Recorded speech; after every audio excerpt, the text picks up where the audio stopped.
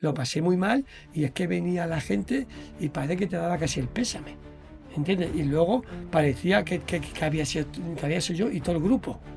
Porque aquí también voy a decir otra cosa, que hay gente que te dice, oye Antonio, que sea antes que lo hacen, que te firmen los atletas algo que tú no tienes nada que ver si salen dopados. Es que también eso es como no tienes confianza en ellos. Yo tengo confianza en mis atletas. Ahora, para decir lo mismo, tenemos tres palabras: el tempo, el Z-score en inglés y el umbral. Y las tres es lo mismo. Y eso quiere decir correr a un ritmo donde tu cuerpo no produce mucho lactato para así poder luego entrenar al día siguiente fuerte, o para hacer lo típico que hacéis ya, entrenar doble sesión, que los veo con 18 y 19 años y que ya se meten 25 kilómetros a fin de semana los domingos. Yo hasta junior no dobla a nadie de mi grupo, y en promesa empiezan a doblar un día, luego en el segundo año dos. Creo que también el atleta tiene que progresar. Nada, Antonio, para la gente que no te conozca, que dentro del mundo del runner y del atletismo español habrá poca, ¿quién es Antonio Serrano? Bueno, a ver, la verdad es que es una historia un poquito larga, ¿no? Porque como dices, tengo la fortuna de haber sido atleta de élite y ahora de seguir luego con esa vocación que creo que tengo, que es la de ser entrenador, ¿no? Entonces, Antonio Serrano, pues ese es una persona que nació en un pueblo en la profundidad de La Mancha, en La Solana, Ciudad Real, en el año 65. De hecho, este año voy a cambiar de dígito. Ya. Además, mi madre aguantó unas horas para echarme al mundo en un día importante como es el 8 de marzo, que es el Día Internacional de la Mujer. Y entonces, bueno, pues me crié allí en un pueblo de 13, 14 mil habitantes, con cuatro hermanos. Mis padres eran cada uno de un lugar. Mi padre era de Villanueva de Córdoba, andaluz, como tú, Mari. Mi madre de Guadalmedez, que es un pueblo muy pequeñito de Ciudad Real. Y luego, pues mi padre era fotógrafo ambulante y conocí a mi madre allí en Guadalmedez en una feria haciendo fotos. Y bueno, pues un amigo de mi padre le dijo que en un pueblo llamado La Solana no había ningún fotógrafo, y entonces en el 63 pues emigraron allí a La Solana, donde empezaron trabajando en una habitación alquilada, y poquito a poco pues mi padre, que era un buen fotógrafo, y mi madre una buena anfitriona y una buena ayudante, pues entre los dos pudieron sacar adelante a una familia de cinco, y yo fui el segundo de todos. Y luego pues ya pues sobre todo eso, pues en un pueblo pequeño donde, de hecho, por ejemplo, en los años 80, por ahí con 15 años, apenas sabíamos de atletismo, sabíamos más de otros deportes como el fútbol. Luego ya, pues sí, lo que ocurrió es que dentro de mis hermanos fui de los que me gustó sobre todo estudiar, y saqué el bachiller bien, y luego ya con 18 años pues emigré a Madrid a estudiar el primer año de matemáticas, luego INEF. Y entonces pues ya a partir de ahí pues ya he pasado casi toda mi vida en Madrid, menos 3 años que estuve entrenando en Toledo como entrenador. Martín Velasco, estuve allí 3 años viviendo en Toledo. Entonces, luego, si queréis, también os cuento cómo llegué a ser corredor. No, de hecho, queremos meternos en eso. ¿Cómo pasaste de vivir en un pueblo pequeño a adaptarte a la gran ciudad y cómo se introdujo el atletismo ahí en tu vida? Pues mira, pues siempre cuento un par de anécdotas muy curiosas. Por ejemplo, con 8 o 9 años, que fui con mi padre, que tenía una hepatitis, y recuerdo que estaba en el médico, y el médico pues le dijo susurrando a mi padre que yo tenía un corazón muy grande. Tenía 8 años, ¿no? Y luego, ¿por qué me vendría esto de hacer fondo, de correr? Pues en el colegio, bueno, en el instituto, como siempre, aparte de hacer un poquito de gimnasia y sobre todo fútbol, pues nos hacían de correr un poquito, y es verdad que era de los que más corría ahí en el bachiller, ¿no? Pero también, por ejemplo, lo que marcó, yo creo que luego me di cuenta por lo que era, pues, podía llegar a ser bueno en fondo en esa época. Anécdotas que queréis que cuente, pues por ejemplo, el agua de la Solana no era prácticamente bebible, y entonces pues cada semana con mi padre y mis dos hermanos íbamos a 7, 8 kilómetros a unos caños que había, con unas garrafas de agua a llenarlas de agua potable. Y entonces me acuerdo pues que llegábamos allí y las llenábamos, y cuando ya había que cargarlas, pues decía mi padre, venga, ya las cargo yo, salís vosotros corriendo y os pillo por el camino. Y entonces salíamos corriendo los tres hermanos, y bueno, pues entonces nos iba recogiendo por el camino, y a mí me cogía ya casi en el pueblo. Es decir, que yo me ponía a correr como un loco para ver cuántos metros hacía, y eso tenía 8, 9, 10, 11 años, ¿no? Entonces, quiero decir que ya ahí había una perspectiva de que tenía genética para el fondo. Y otra un poquito más curiosa fue en el bachiller, donde en primero de bachiller, pues también nos hacían las novatadas, un día nos hicieron las novatadas de los de tercero de BU, y entonces me acuerdo que nos hicieron algo que no nos gustó y protestamos, y entonces pues fueron a por mí, y me acuerdo que salí corriendo del instituto que estaba enfrente del campo, y estuvieron 2 o 3 horas No persiguiéndome te con pillaron. motos, con bicicletas, yo corriendo, me metí por las siembras, me metí por allí por las viñas y no me pillaron. Me acuerdo que me pegué una paliza enorme. Y entonces, bueno, pues eso es una anécdotas de cómo podía tener genética. Y luego, ¿cómo aparecí en el mundo este? Pues es curioso, porque igual que ahora le decimos a todos nuestros atletas, a todos nuestros hijos, que hay que cuidarse, mi padre en el 72 puso un bar en La Solana, yo tenía 7 añitos, y en esa época pues empezábamos a trabajar y dar a los padres muy pronto, entonces yo empecé a ayudar a mi padre en el bar, y entonces pues estuve en Navidades, en los domingos, con 12 13 14 años ya trabajaba en el bar. ¿Y esto a qué va? Quiere decir que mi mundo en esa época, aparte del colegio, yo tenía un mundo que era los camareros. Y entonces yo salía con ellos y bebía con ellos, bebía cervezas, cañas, bebía en esa época jovencita, pues ya bebía un poquito de alcohol, ¿no? Entonces yo el mundo deportivo lo tenía, me gustaba jugar al fútbol, pero luego tenía ese mundo que era el laboral. Y entonces, por ejemplo, con 15 años, cuando me enteré que había una carrera en La Solana, el 25 de julio, que es Santiago, que es el patrono de allí, pues cuando dije, voy a apuntarme a esa carrera, pero me quería apuntar para ganar una copa, para poderla luego llenar de cerveza con mis amigos. Tenía 2 amigos íntimos y digo, venga, voy a ganar una copa y luego vamos a llenar, porque aparte de los cameros, pues luego tenía unos amigos y en el instituto, pues también salíamos. Y lo que digo, es curioso que ahora abogamos por no beber alcohol, que es lo que hay que hacer, y en aquella época no había todavía esas enseñanzas, ¿no? Y además nuestros padres, por desgracia, pues estaban con sus trabajos y no estaban tan encima de nosotros. Y entonces llego allí a esa carrera y yo tan iluso llegué y digo, la voy a ganar fácilmente, pero ¿sabéis por qué? Porque había 2 categorías, una de pequeños y otra de mayores. Entonces, cuando llego allá a apuntarme, resulta que a los que tenía 15 años y me dijeron que tenía que correr con los grandes. Entonces eran 6 kilómetros y yo no había corrido, Nunca, no ¿no? había entrenado. Había hecho las carreras estas que os digo, Con pero no tu había entrenado padre y tal. nunca. Y entonces resulta que corrí la carrera y allí me forcé a tope para llevarme la copa. Y es verdad que en esas competiciones, pues sobre todo vinieron un señor que era de la zona que vivía en Barcelona, otro en Madrid, y había gente que entrenaba allá y hacía atletismo, ¿no? Y gente de Manzanares, Valdepeñas que corrían. Pues yo con 15 años salí, me dicen que llegué hecho polvo, que llegaba ya casi echando espuma por la boca en los últimos metros, pues llegué tercero. Y yo gané, Opa. y yo gané la copa y luego lo celebré con mis amigos. ¿Y qué pasó? Que ese día había allí un señor que se llama Fernando del Rey, que actualmente ha sido hasta premio nacional de historia, y entonces quiero decir que ese señor pues estaba ya estudiando en Madrid y era atleta de 800, y cuando me vio que llegó tercero, él tendría 22, 23, si yo tenía 15, él tenía 21, 22 años. Y entonces me dice, Antonio, ¿por qué no te vienes a entrenar aquí algunas tardes que entreno aquí en el pueblo, que era verano? Y entonces yo digo que ese señor, Fernando del Rey, es mi mentor, es el que mi descubridor, digo, ¿no?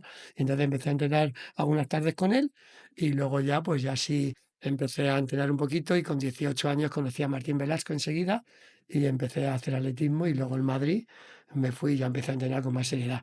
Pero esa fue la historia, cómo empecé a hacer el atletismo, y esos primeros años lo que hacíamos era sobre todo muchas carreras populares, porque Fernando y grupo de 4 o 5 de la Solana que hacían maratones, pues íbamos a correr las carreras de Manzanares, Valdepeña, las populares, y es lo que hice esos 2 primeros años, que en la categoría junior, que yo todavía ahí ni destaqué ni nada.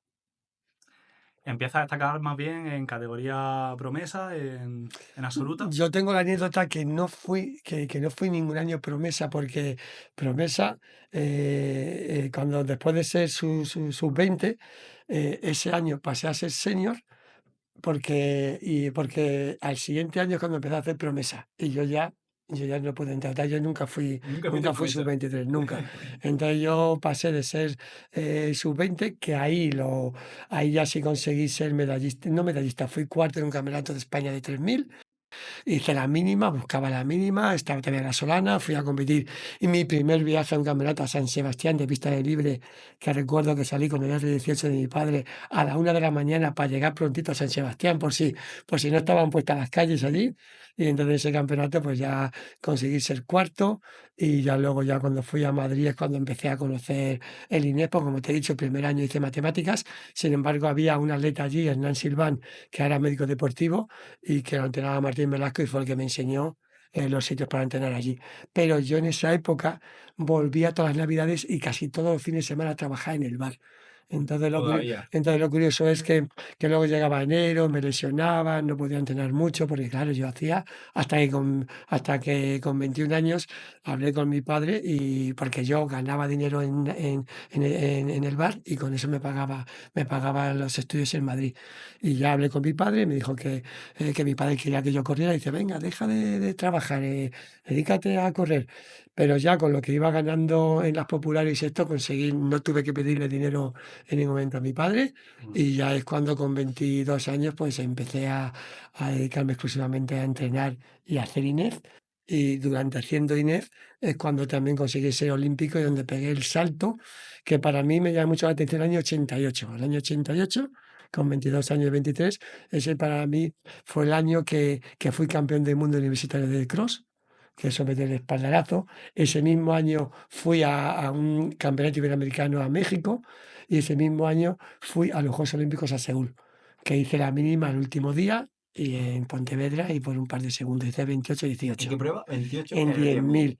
Que para que veamos lo diferente de ahora cuando los chavales, los atletas se quejan o quieren comodidades, yo a ese campeonato fue muy curioso porque ya yo estaba preparando el 5.000, hice 13.34, la mínima era 13.33 y no conseguí hacer la mínima en 5.000 y entonces me fui. Había un 10.000 que había ahí el último día, el día 6 de septiembre del año 88 y entonces me fui con otro compañero y la anécdota es que yo me fui en tren desde Príncipe Pío, que ahora vivo allí. Esa estación de tren ahora es un centro comercial, antiguamente era una estación que ibas al norte. Entonces, en los trenes de antiguamente, que vosotros los conocéis, primero no había coche cama. Vale. Entonces tuve que ir, compañero, entonces nos sentamos 3 personas y entonces el compañero se sentó enfrente. Primero nos fuimos al baño que había allí, a lavarnos un poquito bien los pies, porque lo que hicimos es, los calcetines puestos, pusimos enfrente y los dos para dormir algo con los pies en los hombros del otro. Así, arranqué a las 10 de la noche, aparecí a las 7 de la mañana en Pontevedra, nos fuimos a una pensión los dos, desayunamos, comimos un menú, nos fuimos a la pista. No había unas liebres, pero duraron 2 kilómetros y pico, hice 2 kilómetros 800. Tiré yo a muerte, pasé a 14,6, conseguí 28,18 y así fue como conseguí mi pasaporte para los Juegos Olímpicos de Seúl, que ya luego allí, pues con estar era ya, bueno, en el pueblo pusieron allí pancartas por todos sitios, no había tantas redes sociales como ahora, la gente se levantó a las 8 de la mañana a verme la semifinal porque había un cambio de horario. Entonces, ¿a qué va esto? Pues va también que ese año pues me marcó mucho porque me pegué 3 viajes, 3 viajes, no había salido prácticamente de España nada más que a Italia al Campeonato del Mundo Universitario y sin embargo estuve en América, estuve en Asia y estuve también en el Mundial de Cross en Australia, en Nueva Zelanda, en Auckland. Y entonces me dije, Antonio, esto me gusta, voy a intentar seguir en esto lo más años posibles. Y es cuando ya prácticamente, todavía estando en quinto de INEF, ya luego acabé INEF y me fui a Toledo a entrenar porque ya dije, ahora ya tengo mi carrera de estudios, ahora voy a ser profesional. Y estuve desde el 88 hasta el 99 dedicándome exclusivamente a ser atleta y con ese hobby que tenía yo ahí, que ya fue curioso porque yo entrené a gente muy pronto. Ya empezaste cuando eras prácticamente atleta, cuando estabas haciendo tus mejores marcas, ya estabas entrenando a gente. A ver, es que tuve también pues la curiosidad de que empecé a salir en el 88 con Natalia Aspiazu, que era atleta, y en el 89 se fue a estudiar fuera y entonces ya empecé a entrenar yo. Tuve también luego una anécdota muy buena de por qué soy entrenador y es que yo estando en cuarto de carrera en el INEF, pues me llegó un señor, nos fuimos a vivir a un piso 5 personas, que es lo que también mucha gente de la que está escuchando y nos escuchará y nos verá, los atletas de ahora y los estudiantes, ahora todos van a colegios mayores o a residencias o todos van a pisos, pero ¿cómo van a los pisos? habitación individual. Antes no. Yo vine aquí a Madrid y el primer año con matemáticas vinimos 3 de la Solana y otro de al lado, y estuvimos en un piso en la calle del Oso, un piso de Molina, allí compartiendo 2 y 2. En un piso de 40 metros cuadrados, 2 y 2. Luego estuve ahí en otro piso igual, luego en otro estuve con unos canarios, con unos canarios y otras personas, y ahí estábamos también 2 y 2. Y en el cuarto, cuando entré a tercero de INEF, es cuando digo que en el INEF había un chico allí que corría, pero quería hacer periodismo, hacía periodismo, se llama Rodrigo Gabela, y ese también se vino a estudiar y nos juntamos 5, 4 corredores y un chico de Canarias que no corría. Y ahí había 3 habitaciones, 2 dobles individual, y tuve la suerte, la fortuna que en el juego que hicimos para ver quién se quedaba cada una, a mí me tocó la individual. Pero a lo que voy es que este chico, Rodrigo Gabela, era corredor. Yo entrenaba con mi entrenador y los otros que estaban allá al lado tenían sus entrenadores. Y este vio que el primer año, pues estuvimos 3 años juntos, tercero, cuarto, quinto y INEF, que después del primer dice, Antonio, dice, yo te veo que tú entrenas, que disfrutas, que vienes, que no vienes cansado. Dice, yo entreno con un señor que voy con él y llego siempre reventado, haces peores series que yo, peores tiempos que yo, y luego me ganas, tengo los resultados. Y entonces, en cuarto de INEF, me dijo que si le quería entrenar. Anda. Y eso hablamos del año 80, hablamos del año 80 y 89. Y ese señor, Rodrigo Gabela, estuvo conmigo en los Juegos Olímpicos de Barcelona. Él corriendo maratón y yo como atleta. Es decir, que ya, Entrenaste un atleta que ya- olímpico en el que- 92. exactamente, y junto con Natalia, que también fue medallista en 1500 pista cubierta, en pista cubierta de libre, y estuvo en mundiales de cross y de pista cubierta. Quiere decir, quiere decir que ya, cuando yo estaba ya estudiando, acabando, ya empecé a entrenar algunos populares para hacer cositas con ellos, y luego tuve la fortuna de tener 2 o 3 de alto nivel, como son Rodrigo Gabela y Natalia Espiazu. Qué bueno. Entonces yo prácticamente empecé con 22, 23 añitos a entrenar y con algunos como los resultados, pero yo mi primera vocación, o bueno, mi primer trabajo era entrenar yo y ser atleta de alto nivel, pero tuve en el camino, como tienes que descansar, tienes tiempo, no había tantas redes sociales como ahora, ni había tanto Netflix, ni había tanto, pues en los ratos libres pues me dedicaba a hacer planes de entrenamiento y a atender a esta gente vía teléfono y vía fax. En esa época no era más difícil ser online. Estaban en Madrid, Natalia estaba fuera y Rodrigo estaba en Madrid, pero yo luego cuando me fui a Toledo a vivir 3 años, él todavía estaba en Madrid y entrenamos a distancia y venía algunos días a Toledo a entrenar. Entonces fue una historia de que luego en el 99, cuando ya dejé de ser atleta profesional y ser entrenador, ya tenía ese bagaje y ya tenía un grupo hecho, Qué bueno. como el liguero que llegó en el 97 a Madrid. Antonio, fuiste el primer español en bajar de 2 horas 10 en maratón. ¿Cuál dirías que fue tu mayor éxito deportivo? Me presentan siempre con ese hito, ¿no? Pero bueno, yo quiero recordar sobre todo que estuve 11 años, del 88 al 99 como atleta alto nivel, y que bueno, pues llegué a lo que llegué. Siempre te preguntan también que si podía haber llegado a más. Yo creo que las circunstancias de esa época eran las que eran. Yo fui profesional como creí que debía ser. Ahora los atletas son profesionales de otra manera. Mi entrenador sabía lo que sabía, las zapatillas de esa época corrían lo que corrían, y yo siempre lo digo, yo con 13:20 en 5.000 que tenía, he ido a Diamond League, con 2:9 en maratón, he estado en las presentaciones de maratones como Londres, como Fukuoka, ahí como los mejores, ¿me entiendes? Esas marcas estaban entre las mejores del mundo. Tengo, sin embargo, 103 medallas de mi grupo de campeones de España absolutos y 25 campeones de España absolutos en mi grupo. No lo conseguí yo, pero ahora lo estoy proyectando con mis atletas, ¿no?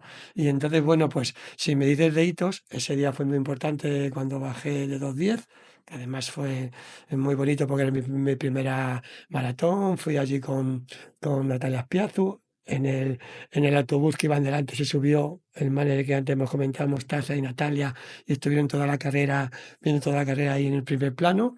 Pero luego, pues bueno, también fue muy bonito ser bronce en un campeonato de Europa de cross. He ganado crosses como el Goibar, gimnástica de Ulía, como venta de baños.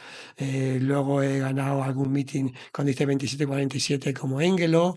Es decir, tengo una historia ahí, 8 mundiales, tengo una historia ahí de haber estado en muchos sitios, en muchos campeonatos, y yo creo que he sido una atleta que a lo mejor no tuve no sobresalí especialmente, pero estuve ahí en la élite, estuve en muchos campeonatos del mundo, Juegos Olímpicos.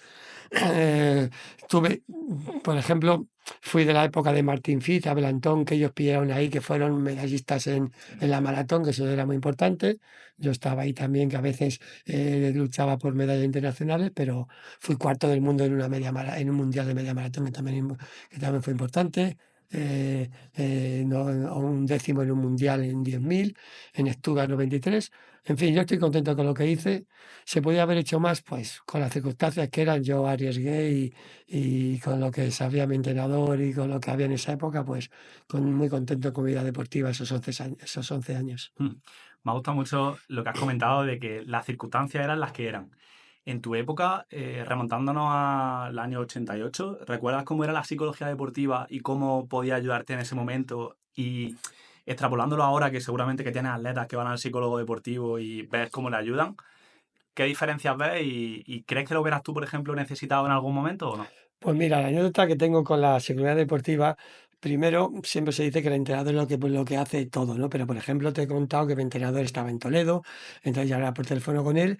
Mi entrenador ha sido, también ha sido uno de los mejores de España, porque ha tenido a José Luis González, ha tenido récord de España de 1500, tiene récord de España de maratón, es decir, se le va a hacer ahora un homenaje a sus 80 años y Martín Velasco en esa época era de lo mejorcito que había y en Toledo logramos tener un grupo de 10 o 12 atletas, todo hombres. Eso también hay que decirlo, no entrenaba mujeres, y un grupo de 12 atletas que venían gente de fuera, igual que ahora se puede decir que hay grupos de entrenamiento como el mío, Arturo Martín, el grupo de León, el grupo de Barcelona, pues en Toledo hubo 12 años que quería venir la gente a entrenar de fuera allí y ese era un grupo muy reconocido. Y entonces digo que con Martín Velasco tampoco podíamos hacer una labor tanto como ahora, a lo mejor los entrenadores, que sí estamos más cerca de los atletas de psicología, porque el entrenador en aquella época era mucho más distante que ahora. Ahora estamos mucho más cercanos a los atletas. Nosotros incluso le llamamos de don, le abrimos la puerta. Mira. Ahora si te descuidas, tenemos que abrir nosotros la puerta a los atletas. Eso ha cambiado muchísimo. Y luego mi anécdota como psicólogo, que sí me di cuenta en algún momento que me podría venir bien, porque los nervios de las noches anteriores, yo nunca pude, tanto como hacen ahora mis atletas con sus psicólogos, como me cuentan lo que hacen y hablo con ellos, y con psicólogo Pablo del Río, tengo muy buen contacto con él, pues entonces te cuentan cómo él prepara las carreras, tengo que decirles yo cuáles son los objetivos, pero luego cómo lo preparan. Entonces yo fui un día a la Federación Española de Atletismo, cuando estaba en la calle Miguel Ángel, que no estaba aquí, no había venir, y la anécdota fue curiosísima, porque yo ese día fui, que iba, porque había concretado una cita con una psicóloga, con la psicóloga que trabajaba en la federación. Y entonces, lo que tengo en mente, tendría 20, ya había sido internacional, pero sí al 88, 89, cuando fui al Mundial de Cross, un poquito después. Fui allí, llamé y cuando me senté que iba a preguntar, me empezó a preguntar el nombre y datos, la llamaron por teléfono la llamaron que tenía que ir al despacho de al lado y cuando volvió se me quedó grabado que me dijo: Antonio, lo siento, pero me acaban de decir que ya no trabajo en la federación.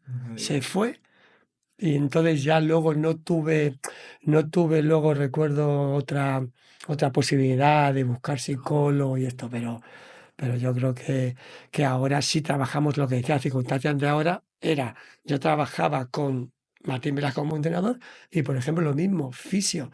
Yo creo que el primer masaje que me dieron a mí, A que ver, encima fue casi perjudicial y no es culpa de nadie a la contra la nota, fue los Juegos Olímpicos de Seúl. Y perjudicial digo porque como yo no me había dado masaje hasta esa época, yo ahora mismo tengo a mis atletas, Herminia Parra, más gente, y se va a La Solana y allí tienen su masajista, se dan su masaje allí también.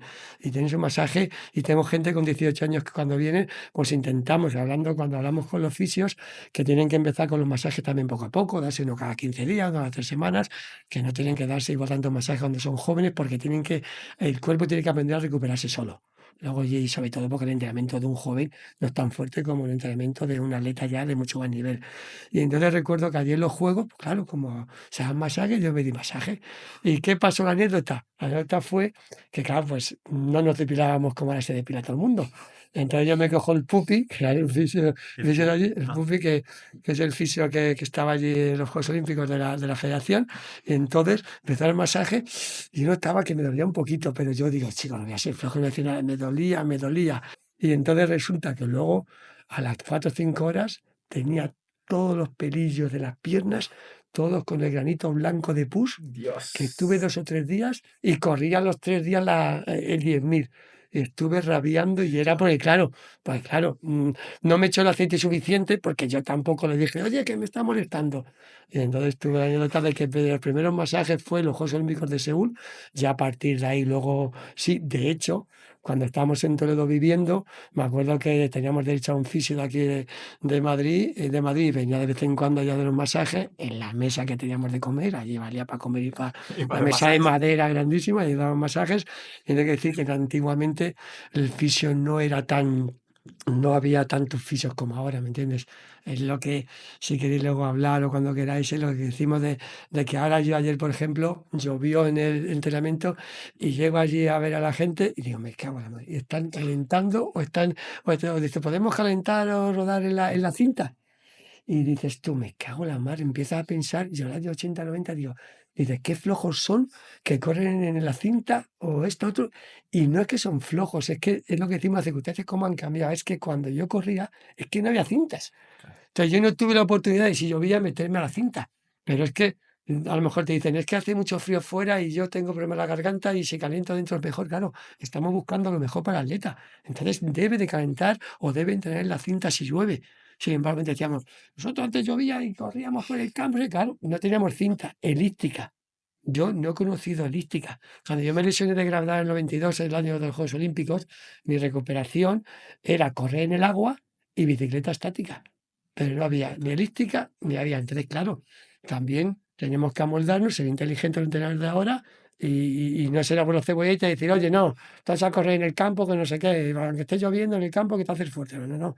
Tenemos que ver qué es lo que más nos conviene. Entonces, es curioso que ahora, claro, tenemos unas cintas que son magníficas y no pasa nada y se ve que un montón de gente, sobre todo los nórdicos, cuando viven por ahí o si se van a entrenar a Sierra Nevada, antes no podíamos ir a entrenar porque el entrenamiento, aparte en altura, aparte del entrenamiento, lo que interesa es estar allí horas.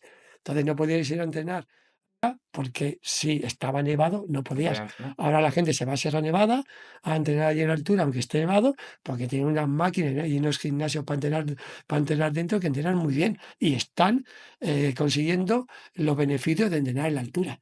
Y no solo han cambiado las cintas, que antes no había y ahora sí, sino, se me ocurre, lactato, que si frecuencia cardíaca, que si GPS, o sea, ha cambiado tanto el entrenamiento. ¿Cómo entrenabais vosotros en aquellos tiempos realmente? A ver, ha cambiado, pero realmente no tanto. Porque te lo digo, es igual que el fútbol. Yo ahora veo un partido de fútbol y empieza ya a filtrar el balón y estamos en la caja alta, caja baja. Lo que está cambiando mucho es el vocabulario. El Vale. vocabulario está cambiando muchísimo. Es decir, ahora para decir lo mismo tenemos tres palabras: el tempo, el score en inglés y el umbral. Y las tres es lo mismo. Y eso quiere decir correr a un ritmo donde tu cuerpo no produce mucho lactato para así poder luego entrenar al día siguiente fuerte o para hacer lo típico que hacéis ya, con entrenar doble sesión. Entonces, si quieres entrenar doble sesión, para eso, pues tiene que ser a un nivel de lactato. Esto sobre todo es para más el fondo. Y entonces yo luego recuerdo que yo rodaba con mi grupo de allí en Toledo y cuando los miércoles yo le digo a mis chicos, hoy no hay series, pero hay tiempo, tenéis que ir a tal ritmo. Pues yo me acuerdo que salí allí a entrenar con Jesús González, con Romera, con Montero, que eran los buenos de esa época, y rodábamos entre 3:20 y 3:10, que a lo mejor es el ritmo del umbral que se hace ahora. Justamente. Es decir, que no lo nombrábamos, pero también hacíamos esos entrenamientos.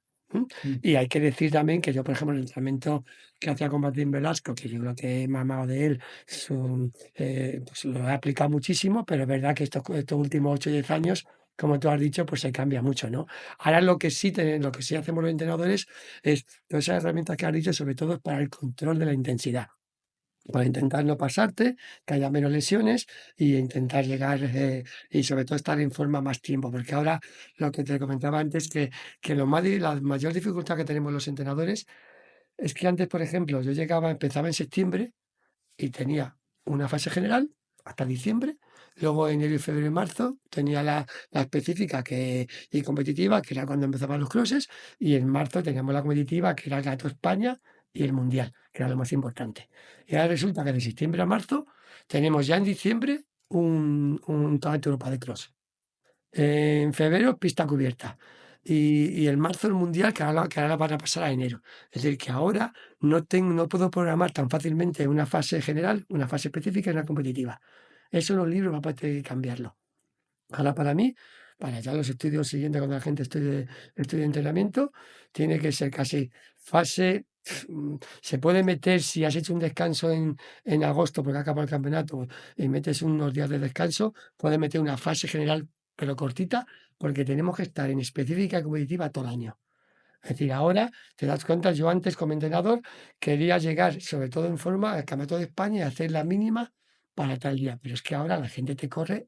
El otro día, en enero, en el meeting que hubo en Antequera, Marta García intentó récord de España de 3.000 Mariano de 1000. y de 1.000 el 20 de enero. Yo con Higuero, cuando competíamos era incluso con Marta hace 7, 8 años, en la gente de pista cubierta, se competía en febrero. Y llegabas en forma en febrero y competías en marzo el Campeonato de Europa o el Mundial, lo que hubiera. Pero no era factible o no era pensable que en diciembre, o incluso que en enero o en diciembre, ya se puede hacer marcas buenas en pista cubierta. Y ahora en la pista de libre igual. Antes se esperaba siempre a julio, agosto. Ahora mayo, junio también se corre. Y luego tiene gente de ruta que tiene que correr en abril, un campeonato que hay ahora de Europa de ruta en abril. Entonces ahora tienes que individualizar mucho el entrenamiento, sentarte, pensar en cada atleta y decir, estos son los objetivos, pero tiene que estar a un buen nivel casi todo el año. Es decir, porque encima la federación te pide luego en verano que hagas una mínima de referencia, que es dura, y tienes que hacerla durante mayo y junio, para luego poder ir al campeonato. Entonces ahora el entrenamiento ha cambiado, entonces todo lo que tú has dicho, todas esas herramientas de lactato, eh, eh, la, La la, cardíaca. la frecuencia porque todo el mundo habla de lactato, pero el lactato es solamente una característica. Luego también está la musculatura. Tú puedes ir a 2 de lactato, pero como estés cansado muscularmente, el atleta no puede hacer esos entrenamientos, ¿me entiendes? Y luego la frecuencia cardíaca igual, puedes trabajar con ella, pero cada uno la tiene de una manera y hay que saber cómo funciona, porque el cansancio va con las dos cosas. Entonces, es decir, ahora como entrenador un poquito ya, que ya tengo, ya cumplir 60 años, que ya hace nada era de los jóvenes, ya tengo mucha experiencia, también tengo que utilizar todos esos métodos, pero yo también con la experiencia que tengo, si tengo 10 atletas, no puedo hacer la a los 10. Claro. Entonces tengo con gente que trabajo más o menos, pero también yo mirándole a los ojos, como digo algunas veces, pues ya sé más o menos con la experiencia que tengo cómo van de cansancio o les pregunto sus sensaciones, ¿me entiendes? Entonces el entrenamiento se ha cambiado, pero sobre todo porque tenemos que intentar que el atleta esté en forma mucho más tiempo. Y antes buscábamos más los picos y ahora ya hay que buscar en forma mucho tiempo y luego que en los juegos, como ha pasado con Marta y con Irene, Un llegan, plus. llegan ese pico. Encima te exigen que luego esté el pico ahí. Entonces es bonito, es complicado, pero bueno, por ahora yo estoy contento con los resultados del grupo y a seguir trabajando así. Últimamente vienen muchos jugadores de pádel y nos comentan que ellos tienen que estar bien casi todo el año. Sí que sacrifican algunas competiciones. Por ejemplo, bueno, pasan 24 semanas fuera de casa al año, por lo que nos comentaron. Están que si Qatar, Estados Unidos, van a tienen miles de viajes. Y están bien todo el año y sacrifican algunos campeonatos. Pero el pádel no es un deporte tan objetivo como el atletismo, al final, tienes que hacer una marca, tienes que estar muy en estado de forma en un momento del año. ¿Crees que es posible realmente estar 3 meses en tu prime, en tu mejor estado de forma, o que hay que sacrificar y decir, apuesto por esta fecha? A ver, es que más que al 100%, yo lo que creo que se puede estar 3, 4, 5 o mucho, varios meses. Lo que pasa es que de vez en cuando hay que hacer alguna bajadita para que mentalmente y el cuerpo también se recupere. Pero lo ideal es estar, perdona, sobre el 90, 85, 90, 95, depende de la temporada. Si estamos en una época de crosses, que son crosses sobre todo comerciales, que también, como decimos, tú no puedes llevar a un atleta de un nivel a un cross a pasearse. Mm. No, una del Mechal, un ese Escribano tiene que ir ahí, estar entre los primeros. Sí. Es decir, que no tiene que por qué estar esos crosses al 100%, porque no puede estarlo, porque su campeonato y el cross principal es más tarde. Pero tú puedes estar en los primeros crosses a un 80-75% para dar una buena prestación y luego poquito a poco que vaya subiendo. Entonces, si tú subes del 80, 85, 90, mantienes el 90 a tiempo y luego a las cuestiones importantes le das ese plus. Tú, por ejemplo, el año pasado, Irene y Marta, pues llegaron al Campeonato de España, ya tenían su mínima hecha. Cuando su gato España ya dijeron, ya estáis clasificadas. Irene ya consiguió la marca esa que le pedían. Por Ahí fin. yo sabía que la valía y que lo iba a hacer, pero luego tuve otras 4 semanas, o tres semanas y pico, para dar ese extra y llegar mejor a los juegos. ¿Que se consigue o no? Pues bueno, ahora últimamente lo estoy consiguiendo, pero tampoco se consigue siempre, ¿me entiendes? Algunas veces, yo con Matembre algunas veces llegaba, hacía la mínima y ahí llegaba mi pico y luego llegaba al campeonato jodido porque te tenías que exigir mucho para hacer la mínima. Entonces ahora tienes que tener esa inteligencia y esa experiencia de decir, oye, que haga esa mínima que le piden y que se clasifique, pero todavía a ver si luego podemos llegar un poquito mejor al campeonato.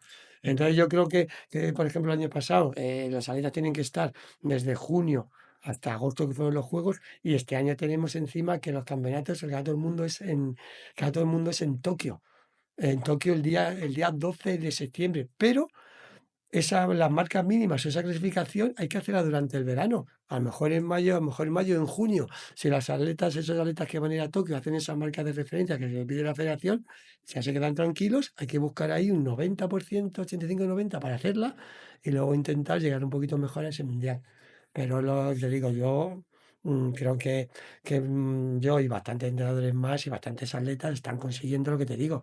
Están consiguiendo que las marcas harán vista cubierta en diciembre o enero y van a llegar a febrero o marzo y también lo van a hacer bien.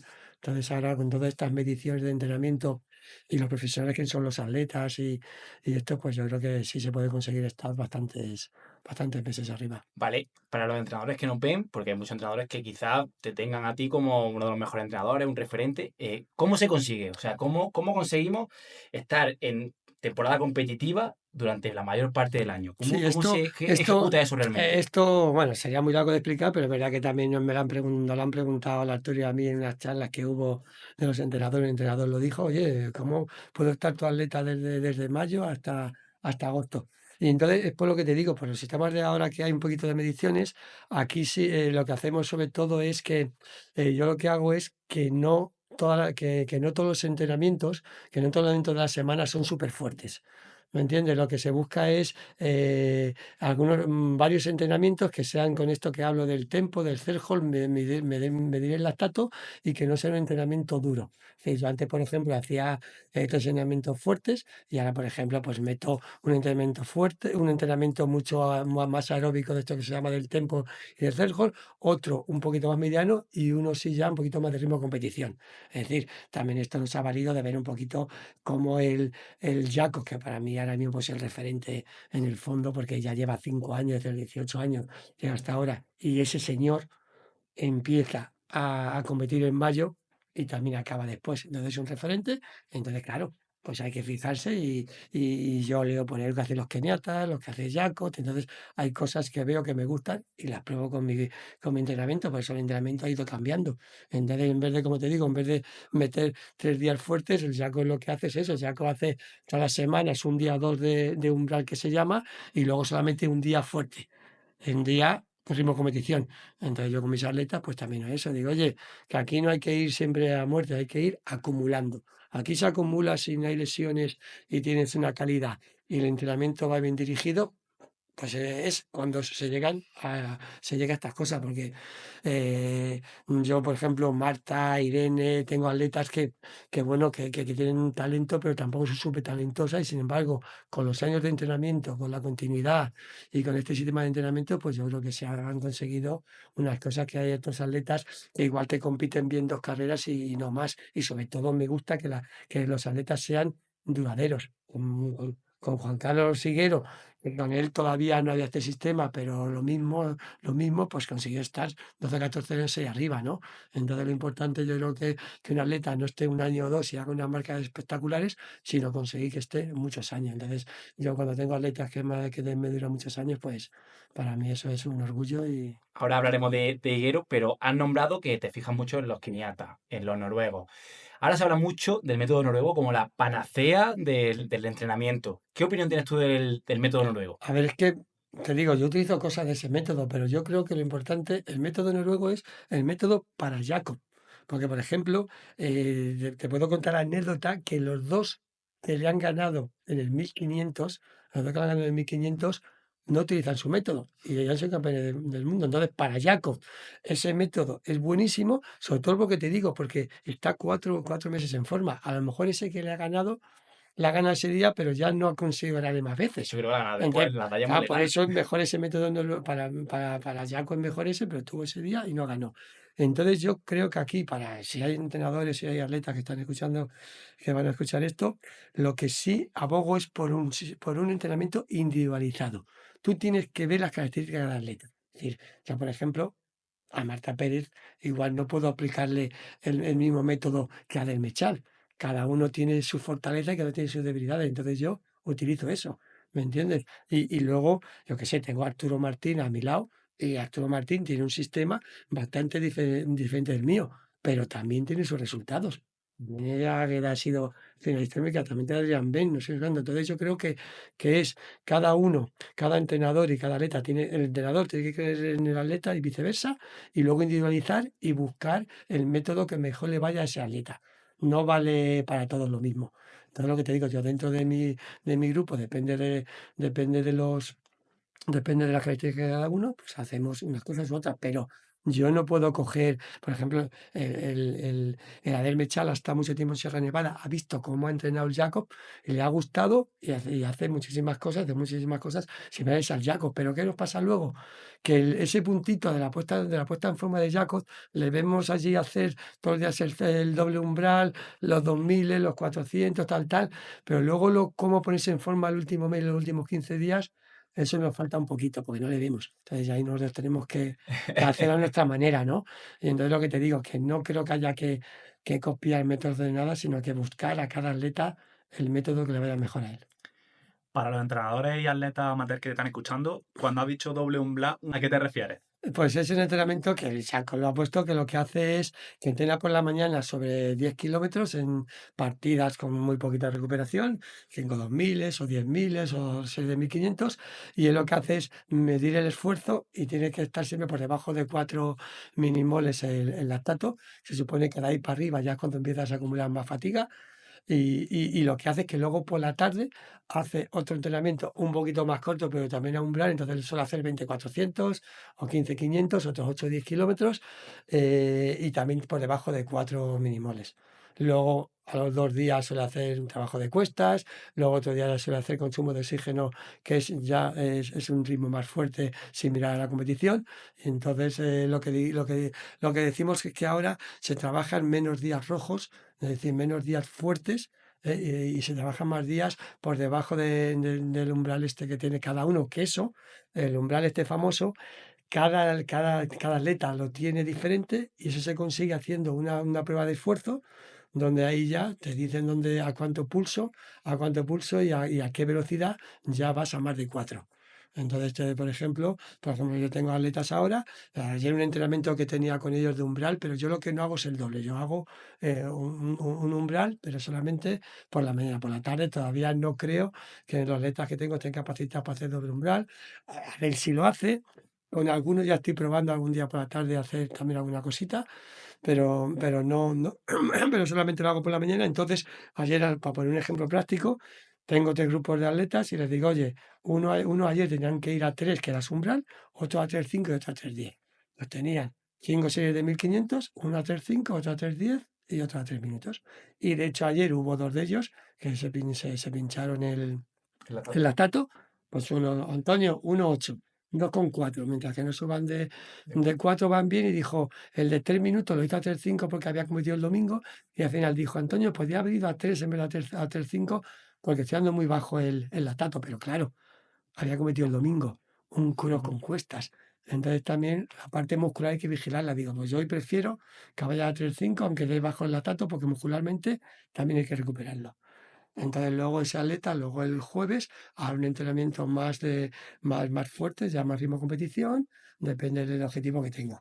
Entonces lo que te digo, ellos lo que hacen, y lo hace mucha gente, lo del doble umbral, es que el mismo día meten 2 entrenamientos por debajo de 4 minimoles. Y entiendo que ¿Vale? tú vas... Y ese día meten, fíjate, ese día meten 30 kilómetros.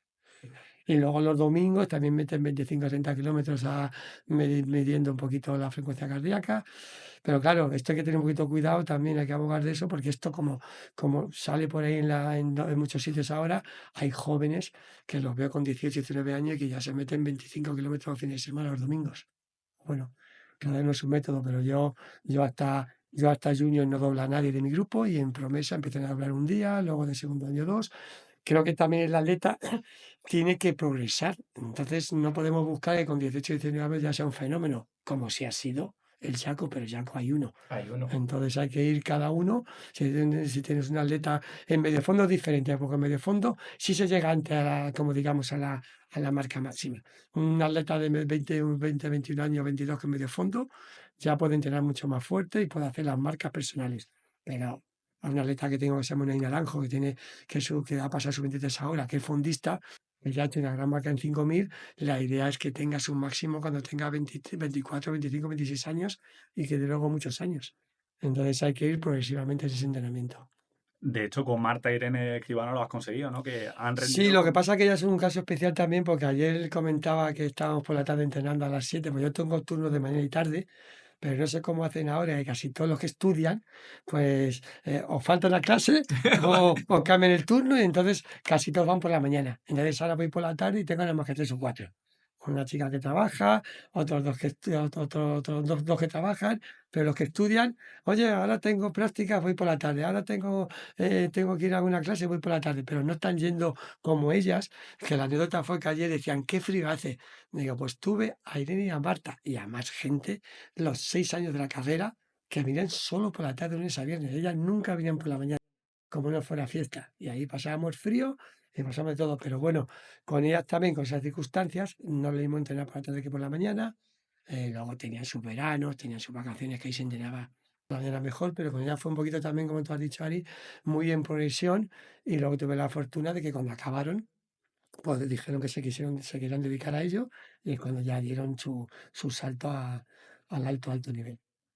Y me ha llamado también mucha atención lo que has dicho del umbral del lactato. O sea, ¿le vas cambiando el ritmo del entrenamiento y vas haciendo que vaya más rápido si tienes menos lactato Es acumulado que, conforme pasa el tiempo? es que eso va bajando. Eso cuando te hacen el test de esfuerzo, por ejemplo, en octubre o cuando quieras hacerlo. De hecho, hay atletas que lo hacen cada mes y medio, cada 2 meses. Por ejemplo, el tema que con el que más lo tengo estudiado es con la del Mechal. Sobre todo es porque te dan una franja de pulsaciones. Tienes el umbral entre 163 y 168. Entonces tú tienes que hacer esos 10 kilómetros partidos entre ese pulso. ¿Vale? ¿Y qué pasa? Que tú, cuando lo haces, ves luego a cómo vas. Entonces, a del Mechal, igual en septiembre, el 165 es a 3,5 y cuando luego en febrero, que está en forma, es a 2,48. Claro. Entonces, ya es cuando sabe que puede bajar de 28 en 10.000, ¿sabes? Entonces ya va a 2,48 sin pasar de 4. ¿Me entiendes? Ya va a pasar de 4, hay que hacer series, pues a 2,40, 2,30, a 2,20, a lo que haga falta, porque luego para hacer pista cubierta o para hacer un 1.500 no hay que medirse siempre el lactato, porque claro, cuando haces 500 a tope, el lactato se puede medir, pero ahí lo contrario, casi cuanto más das de lactato, mejor. ¿Entiendes? Pero los velocistas igual. Cuando te hacen un test después de hacer un 400, es saber quién sube más, pero también luego a ver quién lo recupera mejor. Efectivamente. Pero el lactato es que también es muy individual. Con Juan Carlos Higuero, después de los campeonatos de España, hubo una época que te medían el lactato, este da 15, no da más. Y es que por mucho que le pusiera series rápidas, él tenía su lactato máximo en eso. ¿Me entiendes? Y Pablo lo recuperaba bien. Entonces, todo esto si empiezas a trabajar con un atleta el tema del lactato, pues vas con la experiencia cada año, vas sacando conclusiones y datos. Pero con Marta no he hecho lactatos. Marta, por ejemplo, tiene un lactato siempre bastante alto, y entonces tenemos una manera de entrenar con ella que ha ido bien. y no puedes cambiar por esto, porque ella también tiene el medidor, se lo ha medido alguna vez, pero ella para ir a umbral tiene que ir muy, muy lento porque ella es capaz de ir a lo mejor a 5 de lactato y no pasa nada que vaya a 5. Y hay otra persona que si van a 5 ya acumula mucho cansancio. Entonces eso es un tema que ahora pues para los entrenadores nuevos yo creo que de aquí en adelante pues es una herramienta buena, pero luego hay que estar luego ahí el día a día y ahí encima, ¿no? Porque lo que te digo, también conozco gente que trabaja en lactato y que luego muscularmente iban rotos y yo, claro, el atleta de ayer me puede decir que va a 1,8 de lactato, pero me puede decir, oye, Que no pero que voy. voy reventado de piernas, no puedo seguir a este ritmo.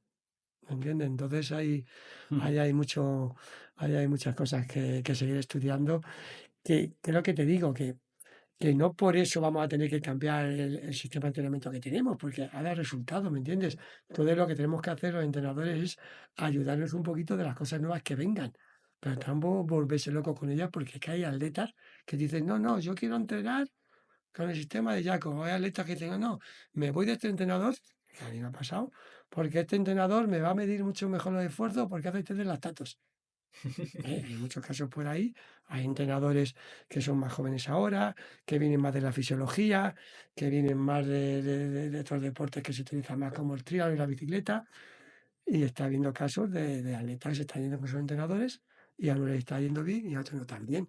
Es decir, que yo creo que no es volverse loco y buscar lo que mejor te venga, pero tienes que creer en el entrenador y sobre todo si ves que va funcionando y tienes resultados, pues quédate ahí.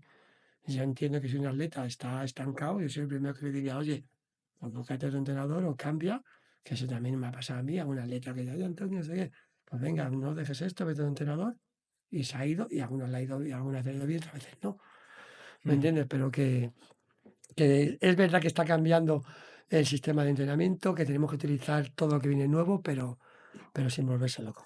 Confiar en el entrenador y la individualización. O sea, son dos puntos clave que todo el mundo que viene por aquí lo dice. Esto que estamos hablando del método noruego, de las pulsaciones, porque la pregunta que te quiero hacer es sobre atletas amateurs, sobre atletas populares que entrenan en su día a día.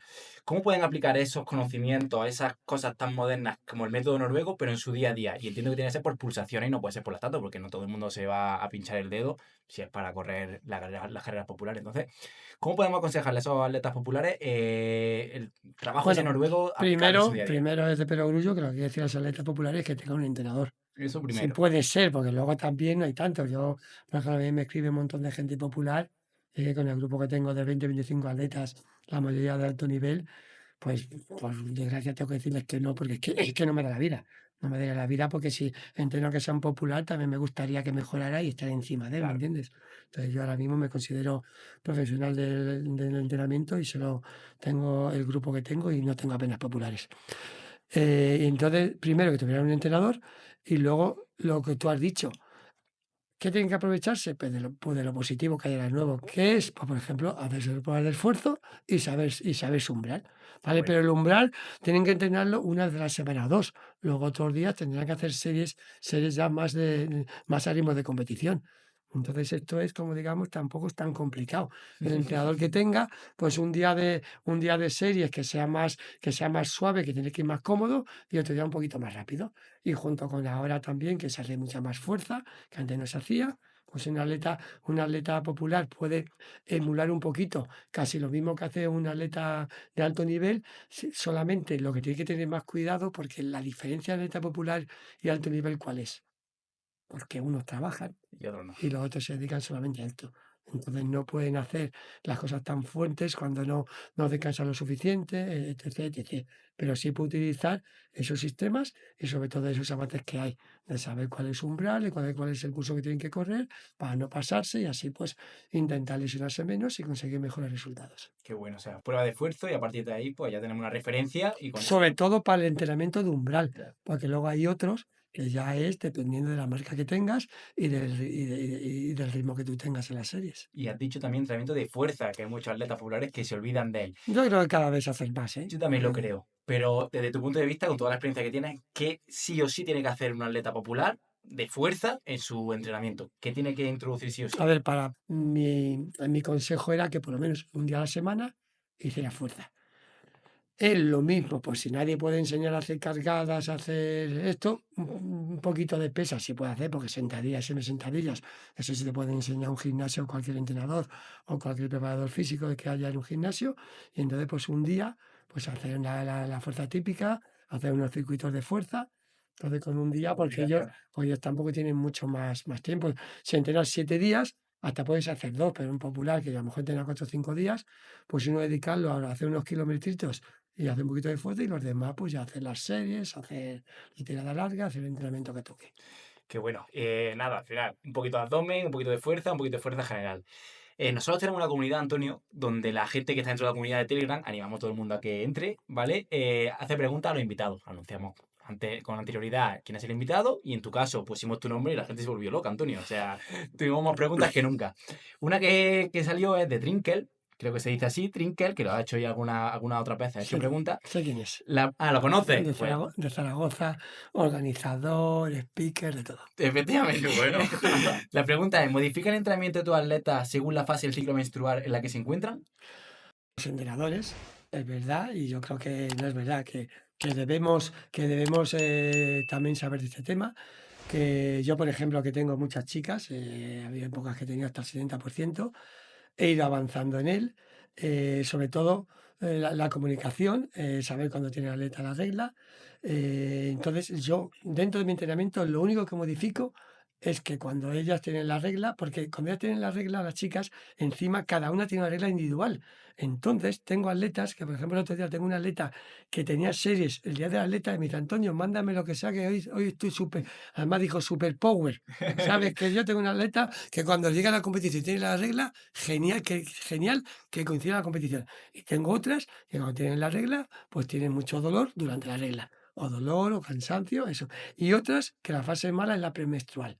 Entonces, cada una, el entrenador tiene que saber lo que tiene cada una. Entonces, mi modificación es que la atleta, cuando toca series y me dice, Antonio, hoy estoy cansada, algunas hasta las veo que se doblan, digo, oye, chica, dímelo, me lo dicen. Entonces, se cambia ese entrenamiento. ¿Pero por qué digo esto? Primero, por lo que hemos hablado, hay muchísimos cambios en la regla de la mujer. Entonces, no siempre es igual. No son los 28 días, cambian las fases. Hay un ejemplo, una experiencia de un entrenador que sí hizo eso porque era su mujer, era atleta de élite y lo hizo, y sin embargo llegó a unos Juegos Olímpicos y por el estrés se le adelantó. Entonces tampoco le va a ir lo que habían hecho. Entonces, yo en mi grupo, el problema es que cuando les llega la regla, pues se adelanta o no, o le llega una competición, no hemos tenido los resultados que esperábamos porque podía haber competido mejor sin la regla.